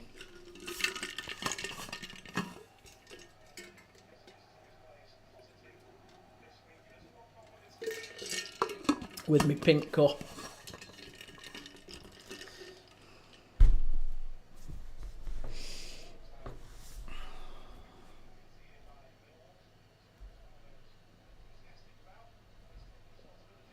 Oh, no. I've had an absolute shocker today. Hajduk Split are getting beat by Varazdin in the Croatian league. There's all my bets down. Wonderful.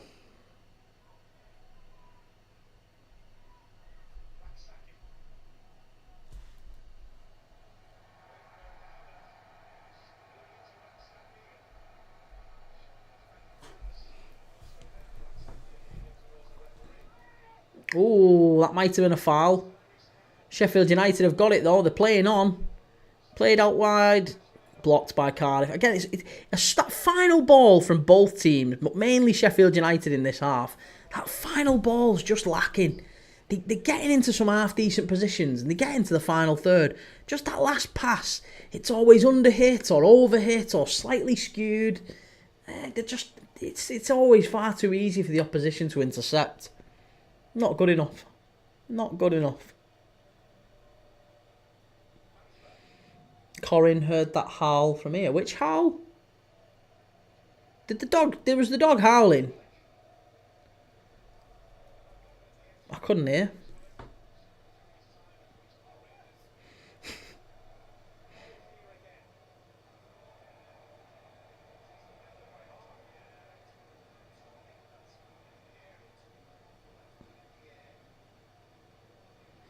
Right, here we go. Harmer's getting forward here. Coming up to the hour mark.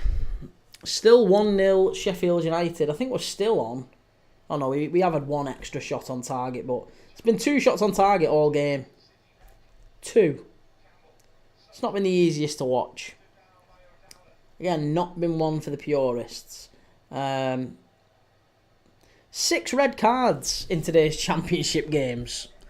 If you'd have backed red cards in the championship today, you might have been on for a bit of cash. 6 red cards. Pretty face Wame goal, Sheffield.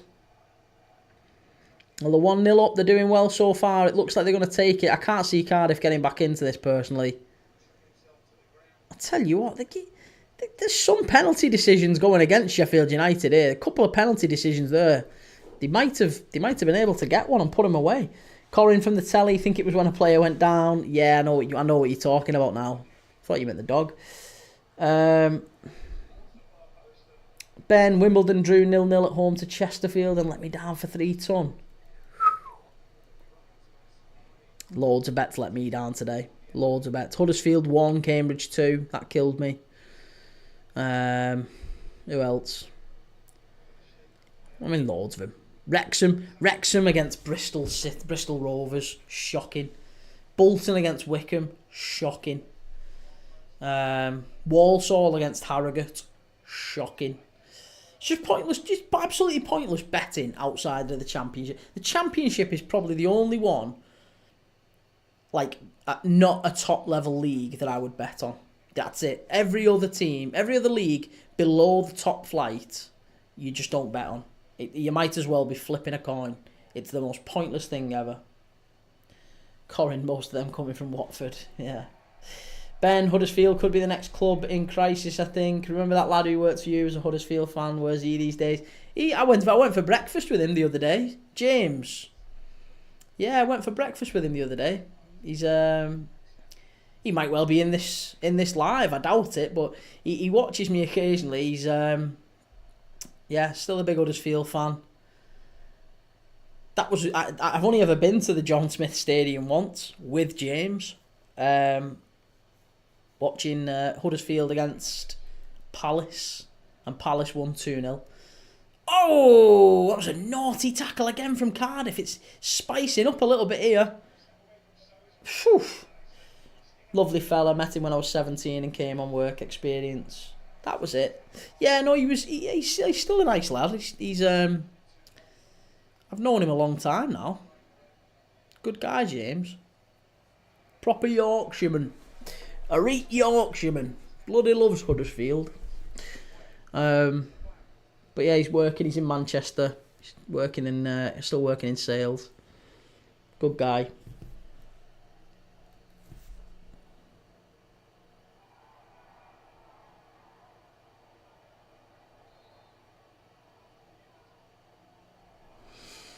Bassy, aye. Oh, here we go. Newcastle fan. Undoubtedly upset. What have I said now? Something about Isaac. Ben Twist, you remember that when I acted like I was the be-all and end-all if I got that Arnold Clark apprenticeship? I don't know. I can remember you coming and doing the apprenticeship, but I'll be honest, mate, I'd be lying if I said I knew where you went to after it. Or, yeah, I don't know. I can't remember what I had for dinner yesterday. Gemma remembers everything. Gemma can tell you what was said on what date and all this sort of... it's not important enough to me. I don't know. Ben came and worked for us for a bit. I remember that. And that was it.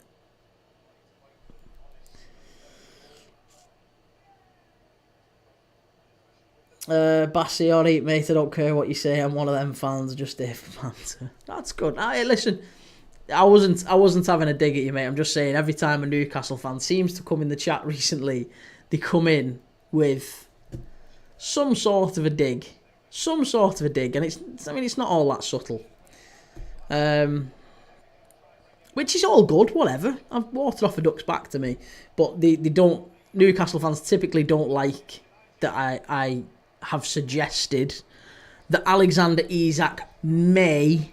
Not will, just may be up for considering a move away from Newcastle this summer if he thinks that maybe they're not going to compete next year for the things that he may want to compete for. If you're an Alexander Isak and you want to be challenging for Champions Leagues and Premier Leagues, is it realistic to expect that Newcastle can do that next season? I think a lot of Newcastle fans would admit that, look, Newcastle are very good. And they've done very well. They've won a League Cup. It's been a great season for them. They may even finish second yet. You never know. They might even overtake Arsenal. But does that necessarily mean they're going to be in a title chase next year? Does that necessarily mean they're going to be able to compete in Europe next year? I don't know. I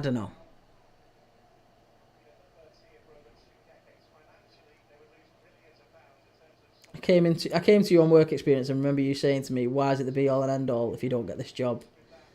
Bloody got it as well, lasted 14 months. I think I just said to you, I've always said life's a bit of a roller coaster, and to be honest, if you don't get it, you don't get it. You can go and do something else. You can always go and do something else. I say the same thing to Tess now, mate. She gets hung up. At that age, it's so easy to get hung up on, I have to do this, or I've got to do this, or if I don't do this, it's going to be horrendous. And honestly, life sends you on all these different roller coasters, all these different twists and turns. It's always fine. He won't leave the tune. He won't leave. If anyone does, it'll be Wilson. Well, Wilson's going to leave, surely, because he's not going to get games at Newcastle. He'll leave for different reasons. Isak is only going to leave for ambition.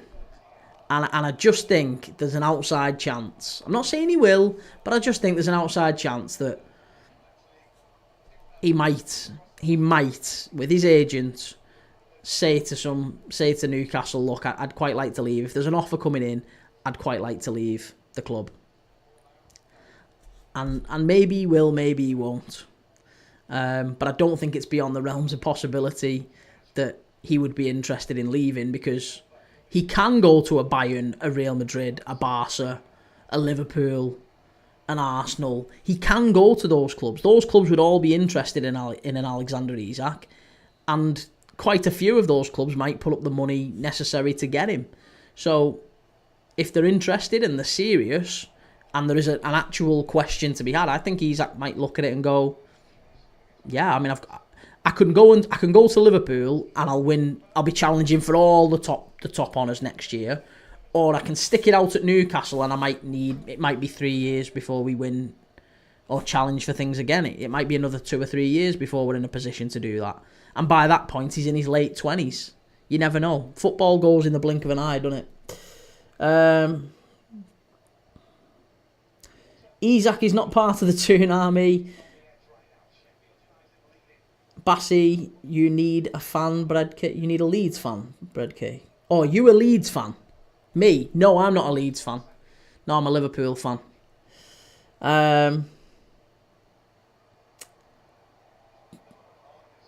Bassy, nah, he came here from a foreign team.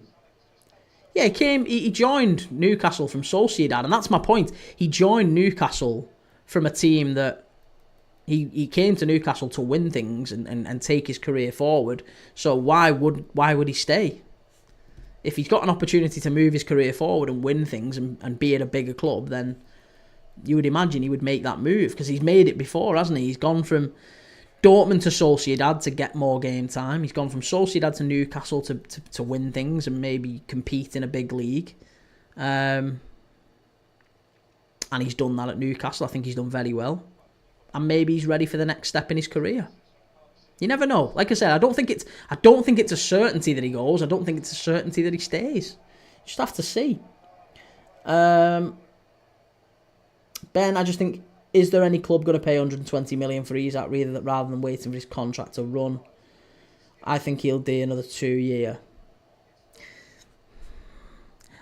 I think honestly, there's some players at Liverpool who could be tempted. Put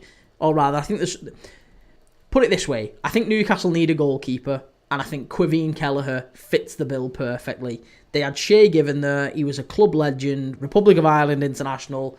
Kelleher is a young goalkeeper who's got Champions League experience. He's been as solid as anything. He's the best number 2 in the world. He's brilliant. Liverpool fans love him. He will go with our blessing. and he's a fantastic player. I think he suits Newcastle down to a T. And if he doesn't go to Newcastle, he'll probably end up at Chelsea. But he's a very good goalkeeper. So I think Newcastle could be tempted by him. Maybe that's 35, 40 million, thereabouts. I think they could be tempted by Jarrell Kwanzaa. He's 22, centre-back. Newcastle need a new young centre-back. He's in the England squad. Again, he's got Champions League experience. He's played for a Premier League title-winning side. He's done all right for us when he's come in. He just needs game time. So I think Kwanzaa and Kelleher, plus a little bit of cash, suits the players involved, suits Liverpool, suits Newcastle. I actually think Newcastle, if they got Kelleher, Kwanzaa and maybe 30 million quid, it's a bloody good deal. That's a really good deal for them. They could go and get maybe two more players for that. And their team probably becomes better as a result. Take Isak out of it, and yeah, they're not as good, but add Kelleher in, add a proper goalkeeper in, a great young centre-back, and maybe a decent centre-forward replacement. There was talk of Moise Kean. Now, I did a watch-along yesterday, Fiorentina against Celje. Moise Kean ran the show. Moise Kean is a different striker than the one we saw when he was at Everton, for example. Moise Kean is a brilliant young player. I think if he went to Newcastle, he would do really, really well there. And you could probably get him from Fiorentina for about maybe 35, 40 million. Bassi, he's going to do next season for curiosity. I don't know what curiosity there is, though. Newcastle aren't going to do bits next season. Like, in what world do Newcastle... Like, at best, Newcastle have a season like Villa have had this season. You know, maybe they get far in one of the domestic cups, and maybe they do all right in the Champions League and they get knocked out in the quarters or something. That'd be a good season for Newcastle next year, wouldn't it? Still in and around the top six. You know, go relatively far in an FA Cup or something like that, and maybe do all right in the Champions League. That would be progress for Newcastle. But that's not what Isak wants. That's a waste. Let's say as a top professional striker, you might get 8 or 9 years at the top level. That's a waste of one season for him. To stay at Newcastle, it's an absolute waste if he stays there. Whereas if he goes to Liverpool or Arsenal or Bayern or Real... Excuse me.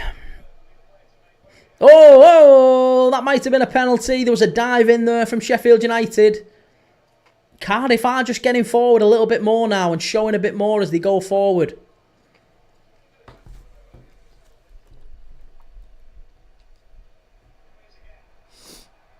Ben, I'd love Isak.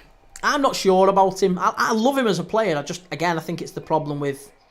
The problem is the price. The price. I think it works if we're giving him Kelleher and Kwanzaa plus a little bit of cash. That makes sense. Any more than that, or if we're just talking like a straight cash deal, I wouldn't pay 100 plus million for him. It doesn't make sense. Baby Jet, thank you for the follow. Ben, I'll be honest, I think Kwanzaa's pretty average, awful with the ball. Yeah, but they don't know that yet. Ben, I liked him last year with this season. Seeing things that make me wonder. Key, if you could sign as a number 9 now, who would it be? One suggestion only. I'd like Isak. I'd like Isak. But if we don't get Isak, I would much rather we went and got... I don't know. I really don't know. I still like Darwin Núñez. I don't want us to lose Darwin Núñez, but I know we're going to. I know that he doesn't want to stay. You know, he wants game time and he's not going to get it and blah, blah, blah, blah, blah.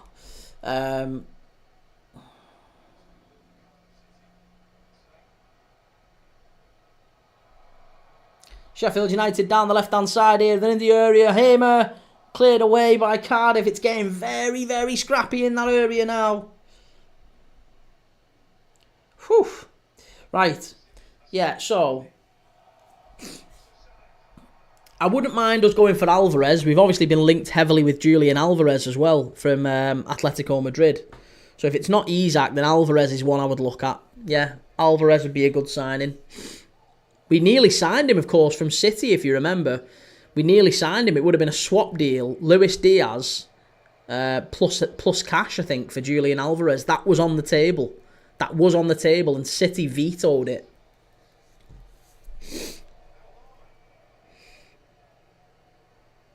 You didn't want to buy Matty Cash. Matty Cash is terrible. Ben, Jonathan David, the one that screams out to me, think he'll end up at Chelsea.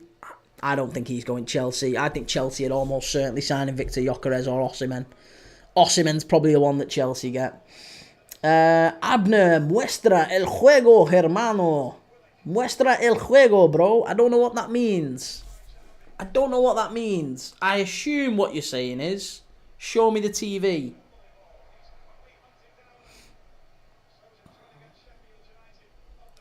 Muestra el juego, hermano. Into English, show the game, brother. And the answer to that is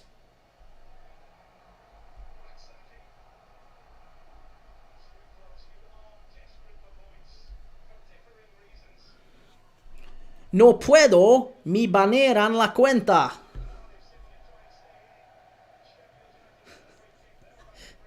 No puedo, me banean la cuenta. There you go. How's that for a bit of Spanish?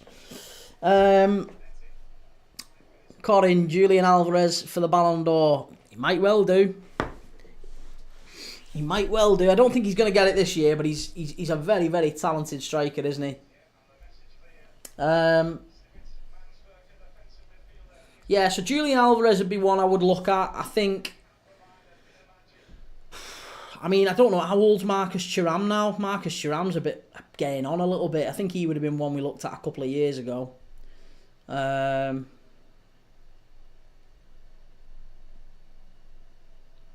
you who we might take a look at. It'd be one from left field, but he's one that's growing in reputation. And he plays. He's a little bit like a Marmoush, I guess. The next Marmoush in the Bundesliga. Amora, his name is Amora at Wolfsburg. Still only quite young, but he seems to have quite a bright future in the game. Obviously, Ekitiki's another one in the Bundesliga. Mika Biereth at Monaco is another one. Tierno Barry at Villarreal is another one. I'd like us to go and get those players because I think those are the players that, like a Bournemouth will go and snap up. Bournemouth will go and buy those players, or someone like that, Brighton, Fulham. They'll go and buy those players, and then in 12 months' time, when they're smashing it in the Prem, it's then like, Liverpool should have gone and got him, and now, we have to go and pay 80, 90 million for him because he's already doing it for the Premier League side. But I think Tierno Barry, Mika Biereth is one to look at. Mika Biereth, ex-Arsenal, of course, came through the academy at Arsenal, doing well at Monaco. Emmanuel Omega as well at Sheffield, at Strasbourg. Omega is one to look at in Ligue 1. Cherky as well. AJT, how's your mate Cherky? He's doing great. He's coming to Liverpool in the summer. You watch. He's another one who might come to Liverpool. Pretty face, Wame, please show the game, please. I can't. My account would get banned. I'm sorry. Ben, I think we need the finished product, though. Well, look, we've got Mo Salah scoring for bits. He'll score for fun. It's all good. I think Gakpo can contribute more. I think, we should have a different... Oh, that was a foul. I think we'll have a couple of new midfielders coming in. Maybe Szoboszlai can contribute a bit more. You never know. I'm not too worried about goals, but if we do sell Jota, Diaz, Nunes, you would expect we're going to have to bring in at least a couple of strikers, aren't we? Who a good player is? Massi at Inter Milan. He just needs more game time. Ben, I think we need a top quality goal scorer. AJT, he's not that good. Fofana was better. Fofana was very good, wasn't he? Yeah, Fofana was great when he came on, but he's still only young. I thought Cherky would... we're not talking about just last night, AJT. Cherky is a very, very good player for Lyon. He scored last night. He scored in the first leg. He ran United ragged, actually. I thought Cherky was very good, but Fofana did create more when he came on. Szoboszlai needs to get more goals and assists. Yeah, Finn, if you had to sign anyone from Southampton right now, who would you sign? Tyler Diblin is the only player I would sign from Southampton.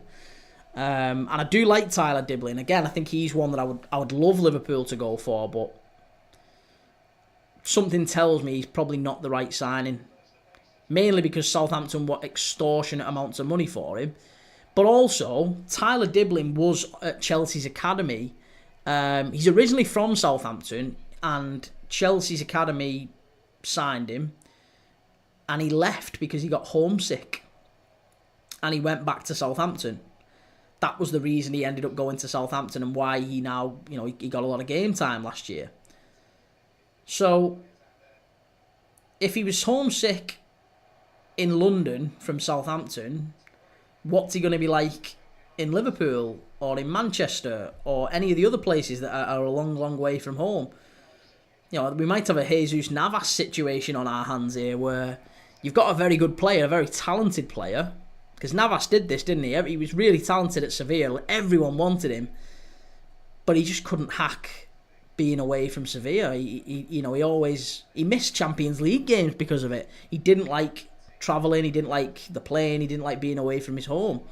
And obviously he went to City for a little bit, but even then he had to go back. So it's it'll be interesting. I don't know whether homesickness is a real problem for Tyler Diblin, but it's one to watch. Chance must be. Oh, great block from Cardiff again. 10 minutes in this game left.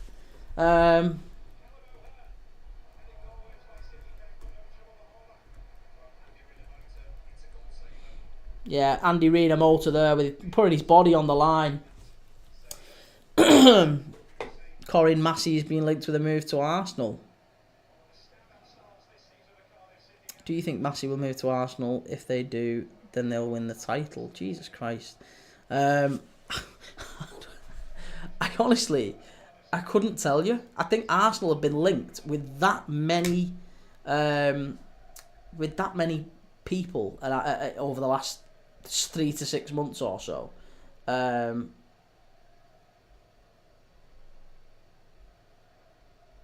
Different strikers. It's just it's madness, isn't it? Gyökeres, David. I don't know. I haven't, to be honest, Corin, I don't even know who that is. I couldn't even tell you who Massey is. Is this a young player? Is this someone who's just come into the team? Because every time I see a new striker linked with Arsenal, I'm just like rolling my eyes. It's always Gyökeres or David or whoever the case may be.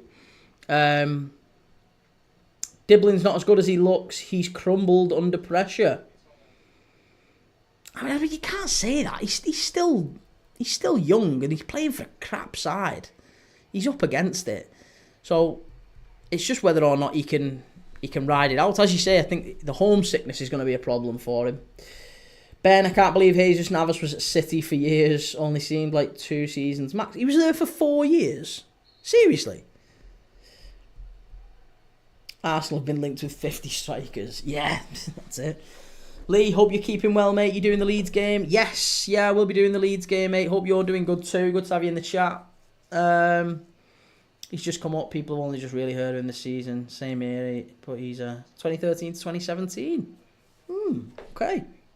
That's news on me. I thought it was only 1 year. I thought he was like... who was the other player they got? Nolito. I thought he was like Nolito.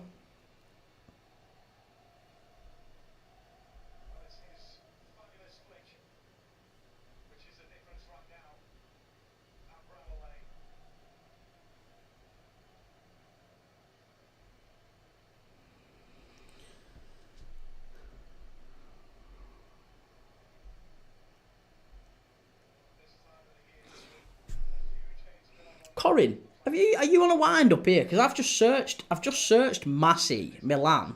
There's nobody even coming up. What's his name? Lee, some good Premier League games this weekend. There is, yeah. My prediction video's scheduled to go out tonight. It should have been going out earlier today, actually, but I've just been dead busy doing this. I've been streaming literally since 12 o'clock today. So I'm live until about 10 o'clock tonight, so the the predictions video will have to wait. But I'm going to get that out tonight, maybe early tomorrow morning. But we'll have to see, so keep an eye out for that one. Imagine Arsenal don't even sign a striker. Lee, loving the European race. I know.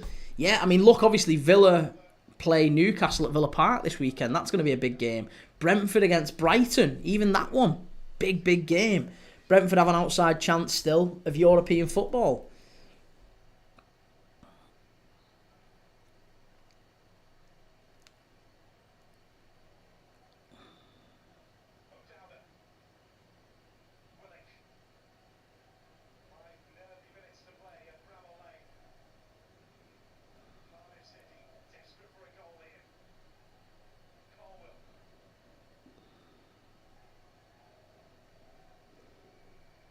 Right, last 5 minutes here. Cardiff pushing forward. Can they get an equaliser? There really hasn't been an awful lot going on here. Barrow career, who do you support? I'm a Liverpool fan. Barrow. But I watch all games. I'm watching 4 championship games today, concluding with Leeds against Oxford United in a little bit. We've been live since 12 o'clock today, and we're doing Premier League games all this weekend. I'll be streaming live for the Premier League this weekend, and Monday, and Tuesday, and Wednesday next week. And the Championship on Monday as well, by the way, because it's bank holiday, isn't it? So we're live for 2 Championship games, and then Tottenham against Forest on Monday night. Zach Clips, I can tell you don't have a girl. I don't have a girl, Zach. Believe me, I've got 2. Sheffield United are through here, 1-on-1. Shot. Must be. There you go, 2-0. 2-0, game over. It's game over. Brereton Diaz scores, 2-0. Sheffield United. Unbelievable. Ben, are you doing some Monday, mate? Yes, I am. I'm doing... There's a 3 o'clock on Monday. Who did we say we was doing 3 o'clock Monday? 3 o'clock Monday, Championship. Plymouth Coventry, I think, is the one to watch at 3. And then the 5:30 is Burnley against Sheffield United. So that one's going to be a good one. 3 o'clock, Coventry and Plymouth. It was poor, this, from Cardiff City. Oh, it's really poor. Is it Rena Motor, I think, who gets caught? And then it's just a cross shot across the face of goal. And it's a tap-in. It's a tap-in for Sheffield United. Brereton Diaz just tracking his run at the back post. It's a tap-in for him. It's a bit of a deflection. But there you go. Sheffield United now back within 2 points of Leeds at the top of the Championship. And potentially, if Leeds drop points, even if they only draw against Oxford, there's still a chance Sheffield United could nick an automatic playoff position. They're still there. They are still there, keeping the pressure on Leeds. 2 points behind Leeds going into the game against Oxford. Cardiff, it's a bad defeat. It's a really bad defeat. And they now need to pick up a win next week. They've got a couple of big games coming up. Kaiser Massey, I think he's called. Let me check. I'll have a look in a minute. Lee, do you think Ange will be sacked? I think Ange will be sacked if Spurs go out. If Spurs go out, yeah. And only if Spurs go out, to be honest.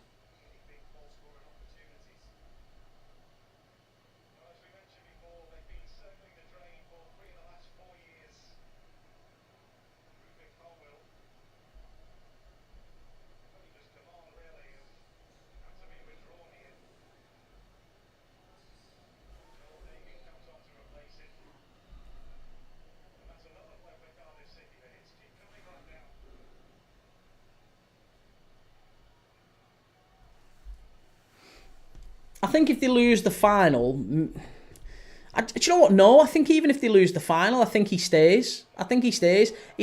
he's to take them to a European final.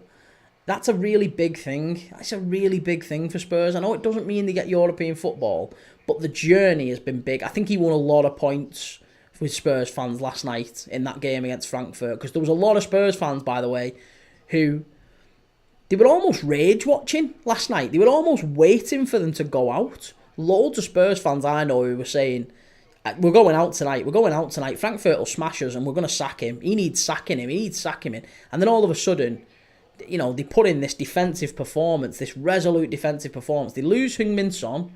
Vicario's limping through the game. It's a proper performance, that, from Spurs. A proper away performance. They get the result and they're through. They're through. Not only are they through, but they're through against, maybe it's not a bye, but you know what I mean. Bodo Glimt is a lot easier than Lazio over two legs. So if they can now beat Bodo Glimt, they're in a European final.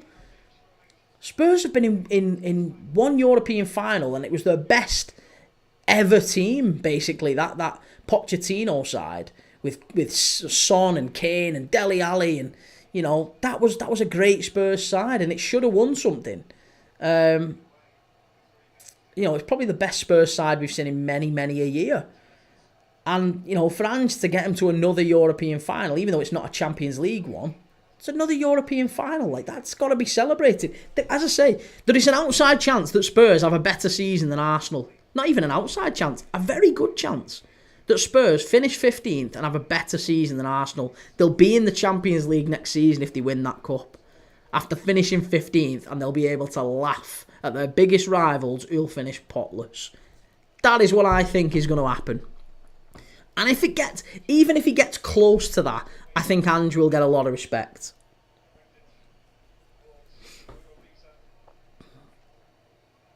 Can Leeds get promoted so they'll let us win to get the playoffs?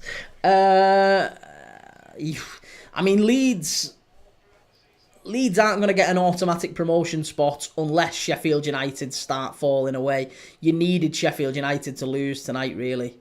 And you probably need Sheffield United to lose against Burnley on Monday. That's going to be the big one. Sheffield United lose against Burnley on Monday, then it probably is done. Yeah, it probably is done, and Leeds will be almost certainly a Premier League club. Tottenham played well. This is one of the biggest moments Spurs have had in years, like 5, 6, 7 years. Yeah, Ben, finishing 15th and winning Europa is still awful key. Your Spurs loving needs to stop. Listen, finishing 15th and winning the Europa is not awful if you are Spurs. You're putting it in the context of a Liverpool fan. You're a Liverpool fan, Ben.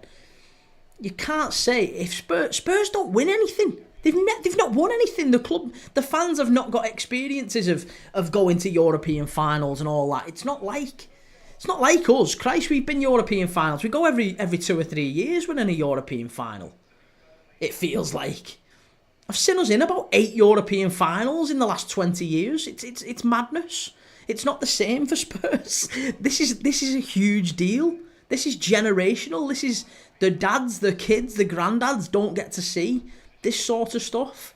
And that's not me talking down. That's not me patronising. That's genuinely me saying it's a big deal to Spurs.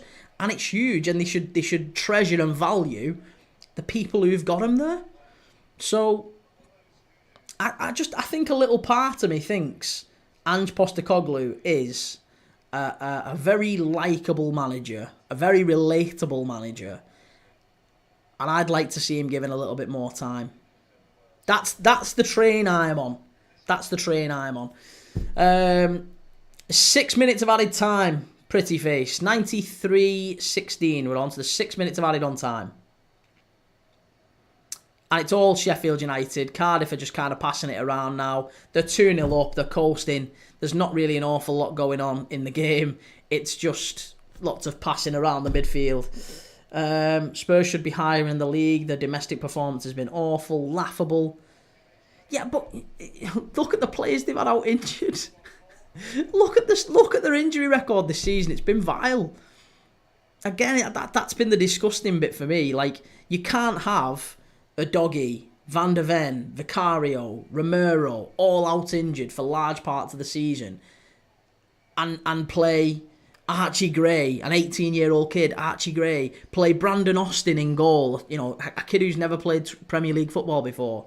You know, centre mids at centre back, and all that, moving players around. You've got to deal with all that. It's no surprise they are where they are in the table. Not to mention the fact he went out and paid £60 million for a centre forward, who then went and got injured. Richarlison's been injured. Heung-min Son injured again for a big game last night. He's not been at it this season. Son, has he? He's dropped off. Kulusevski's dropped off. Maddison's been injured quite a bit. He's dealt with a lot, Ange Postecoglou. I think he's dealt with it quite well. I mean, don't get me wrong, the form is still pretty bad, but I think in the context of things, if he gets Spurs to a European final, I think it'd be silly to let him go. Oh, that's a foul and a penalty, ref. That must be a pen. How's that not a penalty to Sheffield United? That's madness. It's absolute madness. We'll never agree on Ange. He did say he always wins stuff in his second year. Yeah, but that doesn't mean if he doesn't win things, then he has to be sacked. Surely. Ben, you have to work with what you have, and not working better with what you have is bad management. Their injury record hasn't been great, but come on. You mentioned Maddison's been injured. Has he been good enough when he's played? The quick answer is no. Maddison has been really good, yeah. Maddison has been really good. Again, check the stats. James Maddison's been very good, actually. It's actually a surprise, I would say, that James Maddison isn't in the England squad. He's done all right for Spurs.